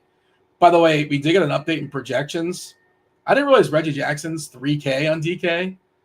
Also, it's a revenge game from 15 years ago when he started his career. Remember, he started his career in OKC, right? He's gonna project well, right? I'm giving a refresh now. I bet you he's hitting lineups at 3K, he has to be. How do you feel about that? Jock Reggie Jackson. No. 2025. Doesn't feel very good, does it? He's like a professional, I say professional quarterback or game manager. He's like a professional point guard. Whatever. Nah. See, here's the thing about it. He's a veteran, and so you're going. I think you're only going to get so much out of him, even if he starts. You're no Embiid, no Maxey. Who knows what else? This game will be over with by the third quarter, midway through the third quarter, if not sooner than that. How much are you going to let your 10+ year veterans go out there and keep churning the minutes, as opposed to playing some of these young guys who are fresh out of college and just. So I'd rather go with a younger guy. The younger players in this game have more upside for Philly. Ricky Council's 3K and Downton's 3K as well. If things get really ugly, Downton can play a fair bit. We're currently projecting RJax to play 26 minutes and get to 20 DK points. Eric Gordon, Ross' neighbor. Or not, I don't know if it's his neighbor, but his best friend, I should say. We'll talk about that with Roth in a second, I imagine. It's and then there's Paul George, and I guess Oubre as well. Yabusele. There's a lot of cheap pieces here. This game could get really ugly. They're facing the toughest defense. Yeah. So here's the thing, Dean, about Ricky Council the fourth. Did you know? First of all, he was pretty solid at Arkansas. I remember he has a pretty good game. Yeah, he's pretty good game. But also, it was his great grandfather Ricky Council Sr., then his father Ricky Council II, then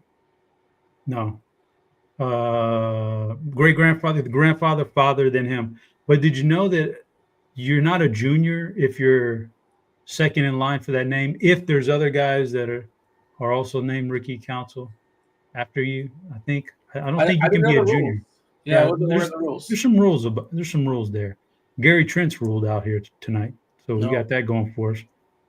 Do we care about Andre Jackson or Prince? I don't think so. DeAndre, they're saying the chat's saying DeAndre Hunter out. I didn't even.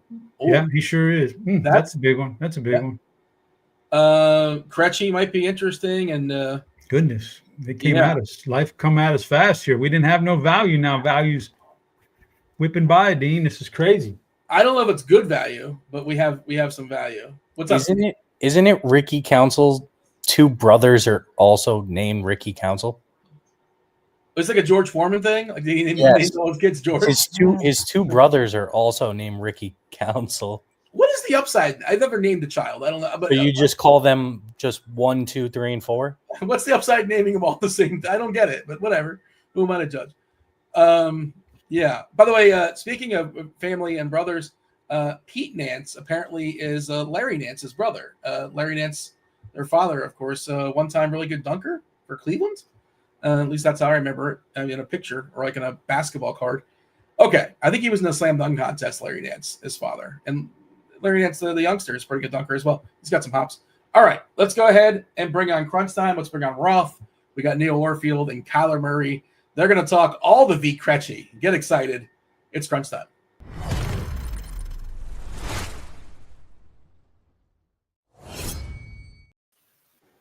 Roth, did you ever think of naming all your kids the same name? Was that something you considered? Yeah, I was planning on naming them all Luka, but that Luka Doncic, but then they came out girls. So I was like, all right, I guess we'll give them normal names. Yeah, fair enough. You probably lost that fight before, I imagine. Yeah. I don't think it was going to work out. Dean, did you take your victory lap yet? No, well, no. I mean, it was brought up. Yeah. We had well, I felt good about it because we talked about Ware last night. That's what I was going to say. Literally 24 hours ago, right now, you were talking up your boy Ware. You said he could get you a bunch of boards. He could score. He could dunk. He could even shoot the three a little bit. He did all of those things and led you to a GPP victory. Good job, man. Yeah, that was nice. We're back to zero. We're back to zero, though. But I appreciate it. We got to start all over again. And we got to talk about your 76ers and I guess not your 76ers, but Eric Gordon, maybe kind of sort of. I don't know if you saw, but I'm not sure if you're playing tonight, Roth, but you might be considering the nonsense that is Philly. I guess they're down to 10 with Pete Nance being their 10th guy. But yeah, I would assume it was officially out as well. We should let you guys sort this out. And then I guess, was it a late swap, TJ, or am I not good at reading emails? I thought it was Kyler Murray. It was never Kyler Murray. He was he's on vacation now after a tough NFL season. Let everybody's fantasy teams down. But yes, I was a late swap today. Okay, yeah, fair enough. Yeah, I'm trying. Everybody does that probably in his life. I'm just one more person to say it incorrectly. But yeah, my bad. Chop, you got anything else for Crunch Time, or shall we get out of here and let them figure out and sort through all the nonsense that's coming through? Too much nonsense. No time for shenanigans. We got to get out of here. Chop's got to update his expert survey. I don't know if you have time to do such things, but it might be past the bell, right? It's probably past the bell. I don't know. We'll see. If you can get on top of it, by all means. Otherwise, you're probably making some lineups. I got to do the same. Hit that like button. Do subscribe. Turn on notifications. Don't go anywhere. You got 37 minutes of Crunch Time. $1 million winner, Neil Orfield. You got TJ Zwarych, one of the greatest DFS players in all of Saskatoon, Saskatchewan, Canada. And then Kevin Roth. Kevin Roth holding it down. Roth, take it away. Good stuff. As always, welcome to it, ladies and gents. You know the drill. It's Crunch Time. We'll take you up to lock. We'll go through FanDuel. We'll go through DK. We're going to answer your questions as well. That is what we do on the show. Neil, before we dive into it, you have inspired me. I purchased not one, but 2 plaid shirts yesterday. Are they flannel? I mean, yeah, flannel. It's all flannel for me. Okay. Flannel, yes. Yeah. Okay, Flannel, that's all. plaid, yeah. Where did you purchase them from? How much did you spend on these? Target, like they were like $15 a piece. Oh hell yeah! I said this is right up Neil's alley. I got to do it. Yeah, that's perfect. Yeah. All right. Next time on a show with you, I'll break it out. We'll be flannel bros. Hey Neil, tell me about this slate a little bit. We're just having some news breaking now. Things are changing. Values opening up. What say you? What gets you excited here? Yeah, I mean, a lot of changing parts already. DeAndre Hunter out, Tyrese Maxey out. So we're already adjusting to some things, and then we're still waiting on a good amount of news. I'm scrolling through the injury report right now, trying to remind myself who are we still waiting on. I know there were some other names. Bogdanovic still questionable. We don't have that news yet. Trae Young questionable. That one came in a while ago. Bogdanovic is in. Oh, okay. Never mind. I clicked on the latest injury report. He was still questionable. But still, we're waiting on some bits of injury news here. We've gotten a good amount just recently, so kind of waiting for projections to update. Kyrie's still questionable, I believe. So should be getting some news during the show, hopefully. And then we'll have to late swap if necessary. Okay, good stuff. Well, let's dive right into it. I meant to say hi to you, by the way. Hi, Neil. How are you? Hello. You doing good? Not doing great. Thank you for asking. Have you ever been through like a tough breakup where you the next day like you get a lot done, like you're very accomplished, you're productive afterwards, I'm kind of going through that with the Vikings loss. The Vikings, the past 2 weeks, the way the Vikings have played, super productive today. Just trying to like wipe my brain of watching the Vikings the past couple weeks. But I'm feeling better after a very productive day. Good for you. Yeah, I do the opposite. I just get depressed and sit in a dark room and cry for like 3 days. So way to get over it and try to get things done. Good job. How does it make you feel that somebody else though is probably going to pay your quarterback $30 million while your team improves with someone cheaper? Hopefully a good rookie quarterback. Yeah, people keep telling me like JJ McCarthy is it, so don't worry about it. Feels like there's a wide spectrum of opinions on JJ McCarthy. I don't really have a strong opinion. I don't watch college football, so I just believe what I hear. We shall see. TJ, we already got a question. First off, how are you? What's up? Second, Negative Creep wants to know the temp there in Saskatoon. This Arctic air is coming down to Texas, but right now, I think it's where you are.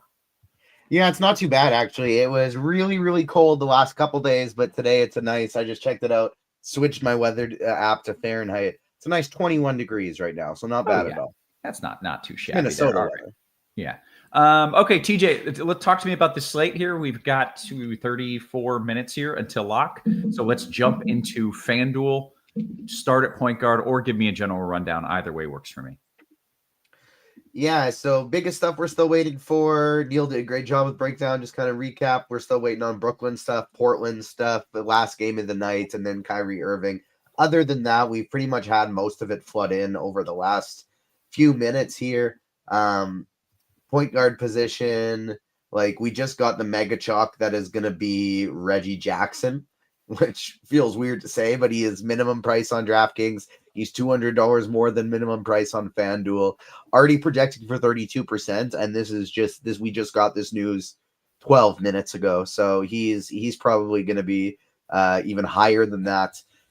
I'm fine with it. I don't think that's going to be necessarily chalk I'm pivoting away from. I am going to be playing some of his backup as well. I'm going to a little bit of Jeff Doughton tonight as a salary saving tournament option off of Reggie Jackson, but I'll probably be playing one of those two Philly point guards in every single lineup today. You also have the Indy point guards who are looking pretty good. You have Nembhard and McConnell. Nembhard is looking like a cash game option today. McConnell, I think, is a great tournament pivot off of him, projecting for half the ownership, and straight up, I prefer McConnell just in general. So I really like him in tournaments today, although I do think Nembhard, Reggie Jackson, both of these guys are guys you're looking to in cash games today. TJ, on the Nembhard, McConnell, is it a one or the other, or can you play both? You could. I think there's now enough value on the slate where I don't think you really want to, if I'm being honest. They'll be sharing the floor together a little bit.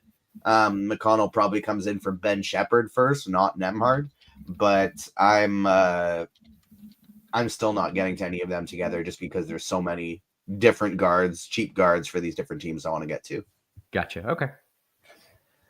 Other options on FanDuel, we got Damian Lillard at 8,700, who I really like for tournaments. Sacramento gives up a ton of three-pointers. There are very few to ever play the game who are better at shooting those than Damian Lillard. DeJounte Murray looks interesting for tournaments. Not as exciting of a list on FanDuel as it is on DraftKings, because a lot of these guys, like a Russell Westbrook, like he's $1,000 more expensive on FanDuel than he is on DraftKings. So I'll probably we have De'Aaron Fox up top who looks really good. You're kind of choosing in tournaments, you may be choosing one of like Fox or Lillard or DeJounte Murray in that 8K range. They're all totally fine. I would rather go all the way down, Reggie Jackson, Doughton, those guys, or go all the way up to a Trae Young, who's he's in a great matchup against Phoenix, who's been terrible recently defensively. Trae Young's projecting for sub 10% ownership, and he's cheaper on FanDuel than he is on DraftKings. So I like him quite a bit as a spend up in tournaments. Okay. Neil, your favorite to point. Yeah, point guard, currently getting to a good amount of Keon Ellis at 4,700, looks pretty good. Dyson Daniels now. Man, I'm surprised his projections doesn't really stand out, but I'm getting to a good amount of Dyson Daniels at 7,000. Reggie Jackson, I am getting to a good amount of Nembhard. I haven't set a rule to not play Nembhard and McConnell together. I don't think I will set a rule, but yeah, I think probably a good idea to mostly have them separated. Kyrie, De'Aaron Fox, Trae Young, currently still in my player pool. DeJounte Murray, CJ McCollum, Nobody else currently in double digits for me. TJ McConnell, though, I think TJ is right that probably TJ McConnell belongs in that conversation. Maybe somebody that Paul George just got ruled out. So we got, I haven't seen it on like something pop up yet, but everybody in the chat saying that. So we're going to have the mega value Philadelphia 76ers. They probably score 80 points today, but everybody on the team that's left is going to be 3K. I'm actually mad that they did that. I wish they just like played George like 18 minutes or something, because I had him X'd out already just because I thought they were going to get the crap kicked out of them. Yeah. Okay. Neil, anything else at point guard you want to add? No, I mean, see if there are any other 76ers that I'm going to have to think about. Nothing right now. Okay. Take me to shooting guard. Stoughton, I guess. I just want to say, like, Roth, if you ever want to play, this is the day for you to play, because you can play Giannis and Jokic together with another spend up. Like, there are so many 3K guys you can throw into a lineup. I love it. I'm in the process of plugging in those names right now. All right, Neil, what are you doing at shooting guard? Yeah, and I just want to reiterate, like, some of this is probably going to change after we get the 76ers starting lineup. It's going to, like, some value is going to pop up somewhere. Not sure where the players are going to be eligible. So we'll see what shifts. But Shaden Sharp, I'm getting to a good amount of at 6,300 shooting guard. Keon Ellis again. Devin Booker looks good here. Dyson Daniels again. Benedict Mathurin. Garrison Matthews. Andrew Nemhard. Again, Kyrie Levine. Bogdanovich. I got to get Paul George out of there because I still have him currently in my player pool. CJ McCollum. And then I already had both Ricky Council and Kelly Oubre pretty close to double digits. I imagine both will be in double digits after the update. Yeah. All right. TJ, your thoughts at shooting guard as you are analyzing data. I can tell you're thinking. You got your thinking cap on. Yeah, I'm just adjusting my new exposures. Get me some more 76ers. We just got their starting lineup. Sixers will start Jackson, Gordon, Council, Oubre, and Yabusele. Oubre is the guy I'm actually have the least interest in at 6K, even though he's probably going to put a billion shots up. Like, I still have him in my pool. But, like, I'm going to have probably 80-ish% of Reggie Jackson and Ricky Council, and then probably 40 to 50% Jeff Doughton coming off the bench, Lil Justin Edwards coming off the bench. So I'm going to get to an absolute ton of 76ers today. At the shooting guard position, Oubre is there, Council is there, Gordon is there. In cash, I think you're probably playing, you're for sure playing Council. I think you're probably playing Gordon there too. You don't necessarily need to play Gordon, but Council, I would say, is a for sure. Oubre, Daniels, Mathurin, Levine, all these guys looking pretty solid today. Don't mind Shaden Sharp at 6,300. He's got a really nice FanDuel price tag, barely more expensive than DraftKings. Keon Ellis, I'd rather play here at shooting guard, I think, than point guard, or at least I did before we had all that news. Somebody like a Ben Shepherd and an AJ Green looked like they could be values earlier, but definitely just don't really think we need it now. I'm playing the cheap 76ers here. Can we rank this cheap value that's coming in, like Krejci, Council, Jackson? Which cheapies, which almost stone cold min guys are your favorites, TJ?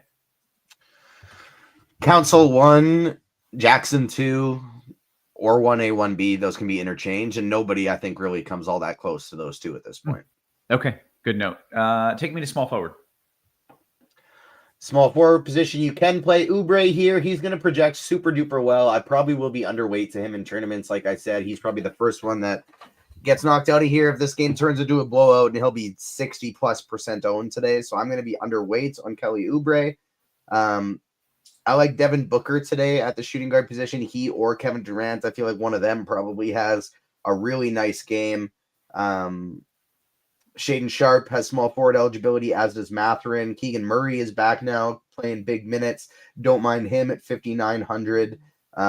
If Kyrie Irving happens to not play, Quentin Grimes and Najee Marshall, I think, both become solid options. And then if you're looking for somebody cheap as like a really contrarian tournament option, I think Karis LeVert is somewhat interesting in a game that Cleveland's probably going to blow Indiana out. Play a little revenge for him going back to Indiana. I think Karis LeVert as a large field tournament flyer is interesting. Okay, Neil, a few names for me at small forward.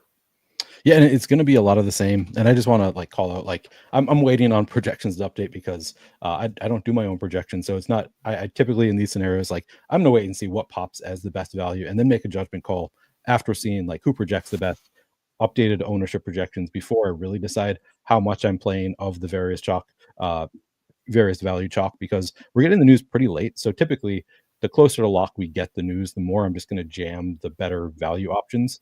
And we've got a lot from the 76ers. So I just want to call that out before I read off what I have right now, because what I have right now does not have updates for the 76ers yet. Currently, though, at small forward, getting to a lot of Shaedon Sharpe, Devin Booker, a lot of the same names. Benedict Mathurin, can throw Kevin Durant into that mix, and he'll look even better with all the value that's opening up. Denny Avdia, Zach LaVine, Najee Marshall, again, still Paul George, but it will be instead Kelly Oubre. I think I really still do like Kelly Oubre. Like I think he's going to have probably play more minutes. I guess I see the concern there of Kelly Oubre. Is your concern, TJ, that you don't think he's going to play full minutes? Like he's the likeliest to just like not play that much? If it turns to a mega blowout, I think he's going to be the one that it's most likely gone. But also, I think if they are just terrible and score 80 points, Kelly Oubre might not be able to reach value, whereas the 3K guys, even if they all put up 15, that's fine for my lineups if I'm getting to Giannis and Jokic, you know? Yeah, no, that's fair. Like I could see him just having massive usage here while he's in the game. But also, yeah, that is really tougher price to reach, and also more likely to be pulled in a blowout. I still think I'm going to have a good amount there. I'll at least have double digits Kelly Oubre. I don't want to have like 60%, I don't think, but I think I will have a good amount there. Justin Edwards is there also at 3,600. How many do we have now available for the 76ers? Anybody have that? Can't be very many. Yeah. Like, are they all going to be forced to play? X amount, did I? Philly should have, let me see here, looking at the pool. 1, 2, 3. Just knocked me out. So 1 second. 1, 2, 3, 4, 5, 6, 7, 8. We have 8 guys in lineup HQ right now. Okay. Maybe they have some more G League guys, things like that. But we currently have 8 guys only in lineup HQ. Okay. And so everybody we have projected for Philly, I think, is in play. Yeah, very, very much. So yeah, I think that's it for me for small forward for now. Okay, how about power forward, Neil? Yeah, power forward. Onyeka Okongwu, currently the power forward I'm getting the most of. Kevin Durant, Denny Avdia, Giannis, Najee Marshall, Patrick Williams, Yabusele, who's going to look even better now, Pascal Siakam, Obi Toppin. Those are the only power forwards currently that I'm getting to in double digits, trying to see if there's anybody else who I know is going to jump up, and I'm not seeing anybody else right now. Okay. TJ, power forward. Power forward, we just have to flip back here. Giannis Antetokounmpo, I think, is a must play today because you can play him and Jokic. I think that is going to be, even like in a cash game setting on both sides, I'd be trying to play Jokic and Giannis today because it's really easy to do it. It's really, really easy to do it with all the smash value we have in the 3K range. Is that a concern for tournaments where everybody has all the money, so everyone's spending up on Giannis and Jokic, and now you're getting these dudes at 90% ownership, and you're like, well, shit, I should have played a couple 8K guys. I mean, maybe, but I didn't like the 8K range kind of before the slate started, especially on FanDuel. I think there are more guys on DraftKings, but I didn't really like this range on FanDuel anyways. And so I want to be spending out. We talked about all this value at all these other positions, like shooting guard, just double punting with the 76ers.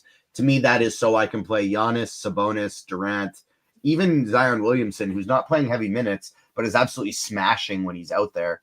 I think all of those guys are people I want to spend up to. Like, if you look at it, if I plug in Giannis and Jokic into my lineup optimizer, I still have 5K per position. So I can actually still get the 8K guys in there with them because say, hey, I want to play Evan Mobley and say Damian Lillard. Well, I can play Evan Mobley, Damian Lillard, Giannis Antetokounmpo, and Nikola Jokic. Leaves me $3,600 per position left. I think I can fill out those last 5 positions still. I think insane. That's doable. And so, like, it's nuts, but I think it's worth it. And power forward is the spot that power forward center is where you want to be spending up today. Okay, your favorite spots, your favorite players at center for me, TJ. Jokic by far. He's 12.9K, but who cares? It's a Jokic day. We're only projecting him for like 12% ownership right now, but I think with all this stuff we've got, that probably bumps up to 20 or 30. Still not going to be enough. It's Jokic night. Vucevic, Sabonis, Jared Allen, Evan Mobley. I don't mind those guys at all. The ones who have power forward eligibility, I would rather play them at power forward. I would want to be getting as much Jokic here as I possibly can. And, if you're landing on Ethan, Misi, Capella, guys like that, I think that was a lot more fine an hour ago than it is now. Yeah. Okay. Neil, your favorites at center? And I just ran a new crunch and without adjusting any projection, but just to kind of see who pops up. And so I'm getting to a ton of both Ricky Council and Reggie Jackson. I think Ricky Council, I'm just going to eat. Like that's I don't mind having him in every single lineup on FanDuel, whereas I would have more concerns about Reggie Jackson. So I just wanted to throw that out there.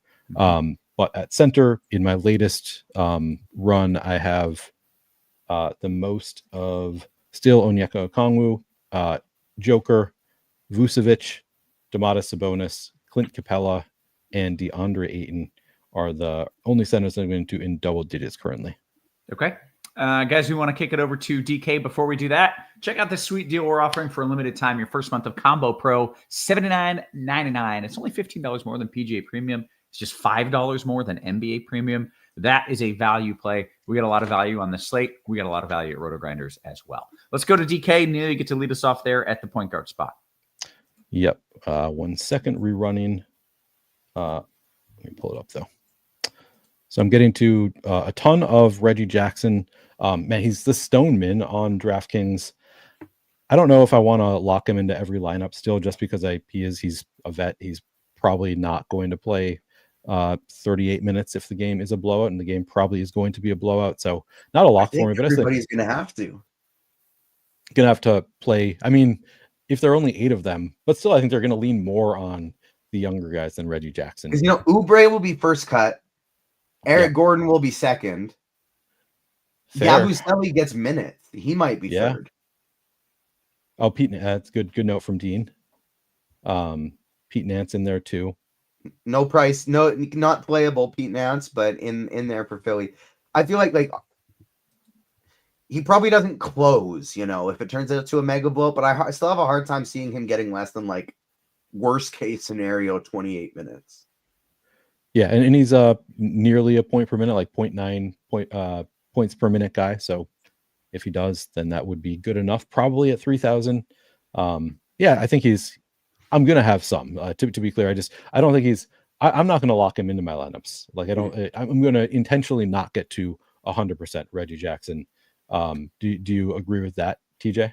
Yeah, okay. I did. I wanted to make sure I get one of Jackson or Doughton, because I think if Jackson doesn't get there, Doughton probably played big minutes, and I think he's just going to be such a great direct pivot off of our Jackson. He's going to come in 50+% owned now, I think. And so I made a rule that I want to play 2 of Jackson, Doughton, and Council in every lineup. Or I put Gordon in there too, but 2 of Jackson, Doughton, Council, Gordon. Exactly 2. Yeah, or 2 to 3. Okay, 2 to 3. Oh, interesting. Okay. Yeah, but I never the 4 of them together. Interesting. Okay. Any other names you want to run through, Neil? Yeah. So Reggie Jackson, Devin Booker, Shaden Sharp, Andrew Nembhard, De'Aaron Fox, Trae Young, Anthony Simons, Damian Lillard, and I'm going to give a little boost to TJ McConnell. He might get there also. Okay. TJ, your thoughts at point guard? A lot of the same names. Yeah, I have 79% Reggie Jackson, playing 150 lineups today. Got him in 118 of them. Doughton is my second highest owned as the direct pivot. I got him at 37%. McConnell is my third highest owned at 27%. And then it's all the guys that I'm actually excited to play. Devin Booker, De'Aaron Fox, Russell Westbrook, Trae Young, Shai Gilgeous-Alexander, Andrew Nembhard falling just behind them with DeJounte Murray, Damian Lillard, CJ McCollum. Guys I'm actually excited to get to that, are doable because you get to play. You're playing the Reggie Jackson, the Councils, etc. Yeah. All right. Shooting guard, TJ. Booker is actually my highest owned shooting guard today, which feels really weird considering I got like 90% owned guys somewhere. But Council on DraftKings, it doesn't have shooting guard eligibility. He's shooting small forward, power forward, unlike he's shooting guard on FanDuel. So I have 19% Booker, and this is where I'm the most spread out. Booker, Gordon, Krejci, Andrew Nembhard, Zach LaVine, Kelly Oubre, Dyson Daniels, CJ McCollum. Now that I think about it, I'm actually going to go back here and I'm going to switch this so that all of my players who have point guard and shooting guard eligibility, I'm going to only allow them to be played at shooting guard just because there are so many good point guards I want to play today and nowhere near as many shooting guards. Okay. Let's see. Neil, your thoughts at shooting guard. Yeah, so I'm still getting to a good amount. Oh, sorry, no, I was still on point guard. Reggie Jackson, not shooting guard eligible. Devin Booker is my highest owned shooting guard. Shaden Sharp, Bogdanovich, Mathurin, and Nembhard, Zach LaVine, Keon Ellis. I am single digits on Kelly Oubre. I think I'm okay with single digits on Kelly Oubre. We're gonna live and die together tonight. Yeah, I think I like him better on FanDuel. Maybe, I don't know. Never mind. Okay. Yeah. Small forward, Neil. Yep. Small forward. Ricky Council. I think I'm just going to lock him. Like, I'm not going to hit the lock button. I'm going to allow for him to be in 100% of my lineups. I think he'll get there based on his projection.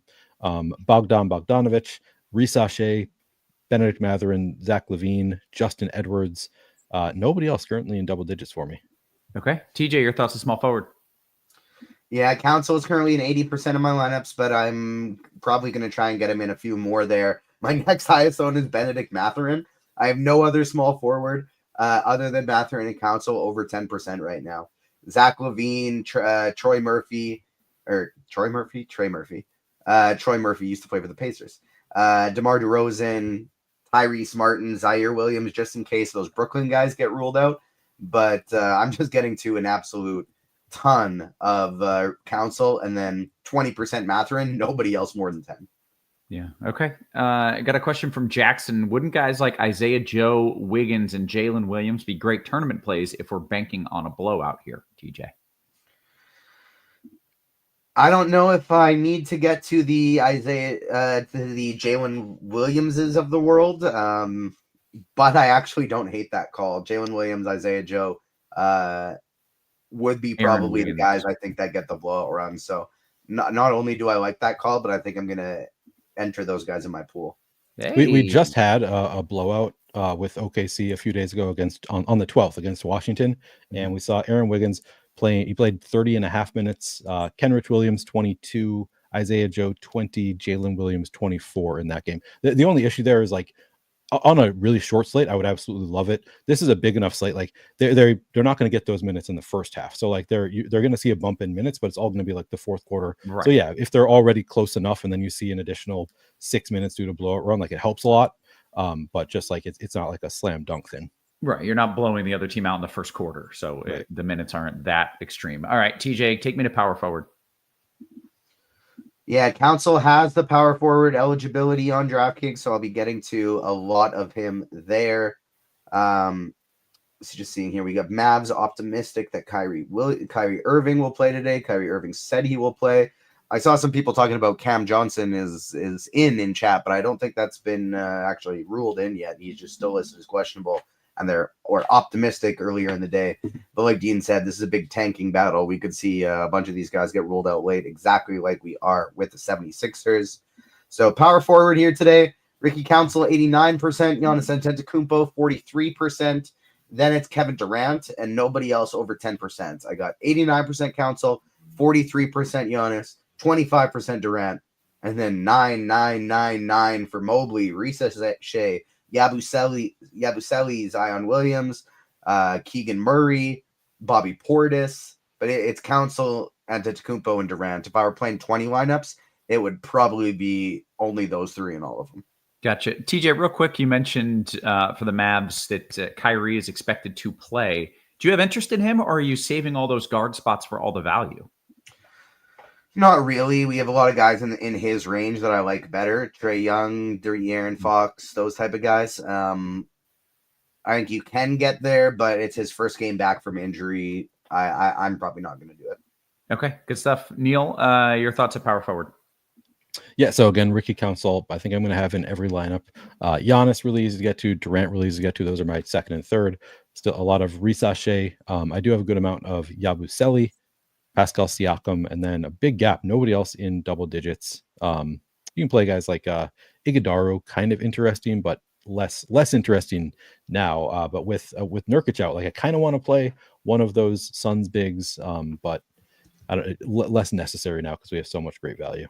Gotcha. Okay, take me to the center spot, Neil. Yep. At center, Giannis, Durant, Joker, my top three. Yabusele, Okongwu, Capella, Domantas Sabonis, and nobody else in double digits. TJ, your favorite centers, of course, Jokic. Jokic. I got 55% of him. Durant actually has center eligibility, so I'm playing a little bit of him there. Zion Williamson does too. Sabonis, Vucevic. Durant, Sabonis, and Jokic are the only guys above 20% to me. It's 55% Jokic, 25% Durant, 25% Sabonis. But I don't mind Zion, Nick Vucevic, Jarrett Allen, even guys like Brook Lopez or Misi in the mid-tier where you can play two centers, I think are fine.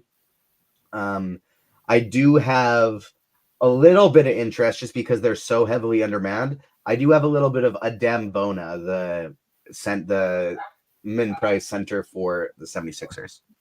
Okay. We have 7-8 or so minutes here until lock. Let's dive into some QQs. As always, I'm starting with the RG Discord. It's where the cool kids hang out. Make sure you're in it.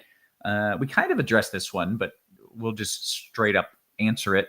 Fluff says, TJ, with which OKC Thunder guy do you like best to take a shot on in an assumed blowout?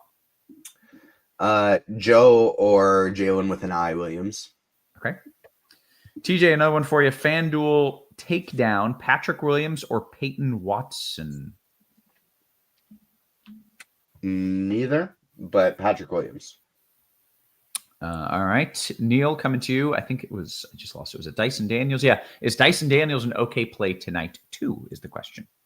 On FanDuel, I was getting to a good amount of Dyson Daniels. Wasn't really getting to any on DraftKings.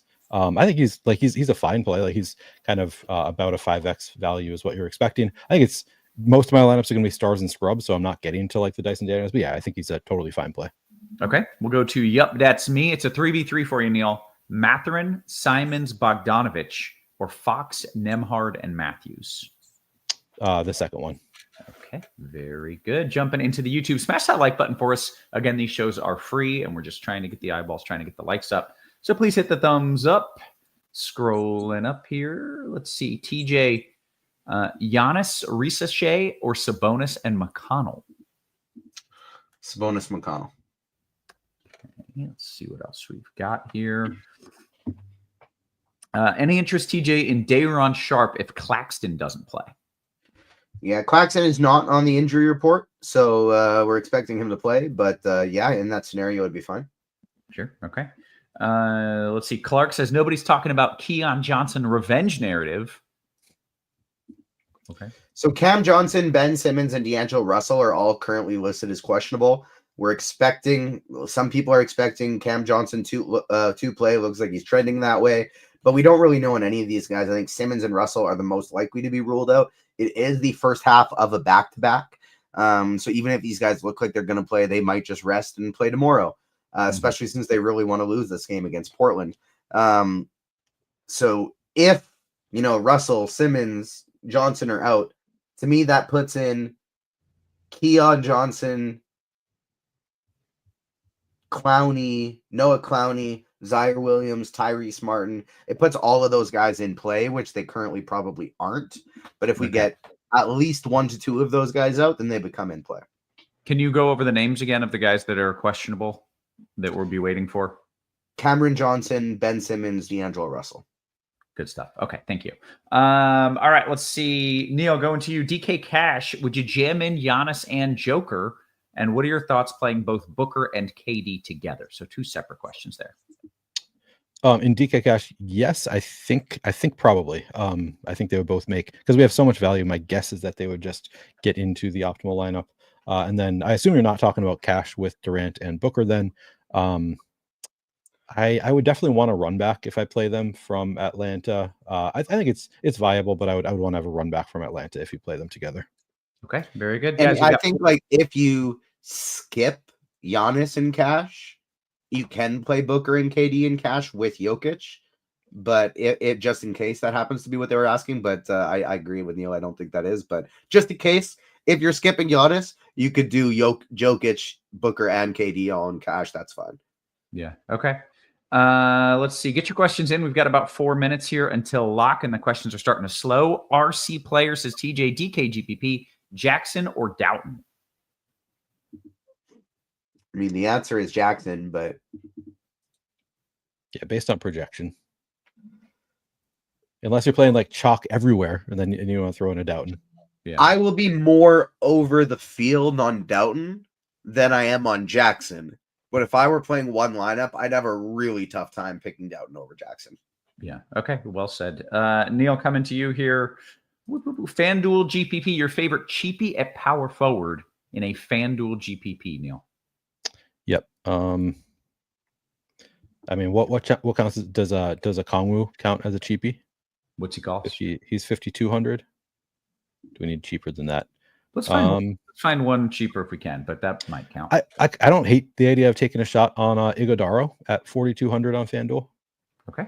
Doesn't project extremely well, but he's going to be pretty unowned, and I'm not a huge Plumlee believer. Like there's kind of a cap on Plumlee's minutes. I think Iguodaro could see a spike in minutes. Had a couple people ask this question. We'll call it both cash and GPP. TJ, Krejci or Roth's best friend? In case you don't know, Eric Gordon and I are best friends. It's no big deal. We're just best friends. TJ, Krejci or my best friend Eric Gordon?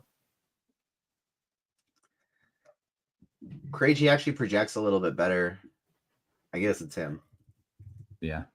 And I'm with you with the concern about will Eric Gordon get the run? If this gets out of hand, it's going to be like, you're 35. Like, just sit down. I don't know. I think he's not quite that old, but you get the point. Let's see here. FanDuel single entry. Any love for Vooch? It's fine, yeah. Yeah. Missy can't do much to play defense, so I don't hate it. Oh, he is 36 years old, by the way. Just check that. FanDuel cash. Neil, coming to you. Risache and Sharp or Oubre and my best friend Eric Gordon. And to be clear, I'm not just saying my best. It's in the question. That they're putting that in the question. So again, it was Sharp, Risache, or Oubre and Eric Gordon. Man, that's really, really close. I think probably, let's see, the ownership. Sharp, Risache, or Oubre. I'll go with the Oubre route. Oubre Gordon. All right. Levine or Fox, Neil, DK cash? For cash, Levine or Fox.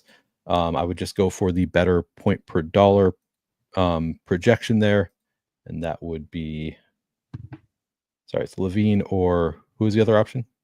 It was Levine or Fox. Levine. Fox. Okay. Scrolling down here. Javier says, TJ, Obi Toppin or Alvarado? Toppin. Okay. We are less than a minute until lock. Large field DK GPP. TJ, is Bogdan Bogdanovic a decent play with Hunter out? Also, I only have one player under 3,300 in my lineup. Am I doing it wrong? Bogdanovic is fine, and no, that'll be different today. There's nothing wrong with that. Yeah, nothing wrong with doing a little different. We are moments here until lock, seconds even. OKC already calling for VIP at the clubs in Philly. Yeah, they're already ready for this. Hey, guess what? We've done all the things, and with that, we have hit the lock. Did get one last question from Cleveland Picker. TJ, Krejci and Mobley or Levine and Iguodaro? I think I like Levine and Iguodaro. Okay, very good. Gentlemen, with that, I think I missed this question from Ball. Doughton or Edwards, TJ, in a GPP? Doughton. Okay. With that, we have done all the things we came here to do. For TJ, for Neil, for our wonderful production crew, always working hard behind the scenes, guys. We appreciate you. We love you, and we will catch you tomorrow. Hit us with a thumbs up on your way out. You have been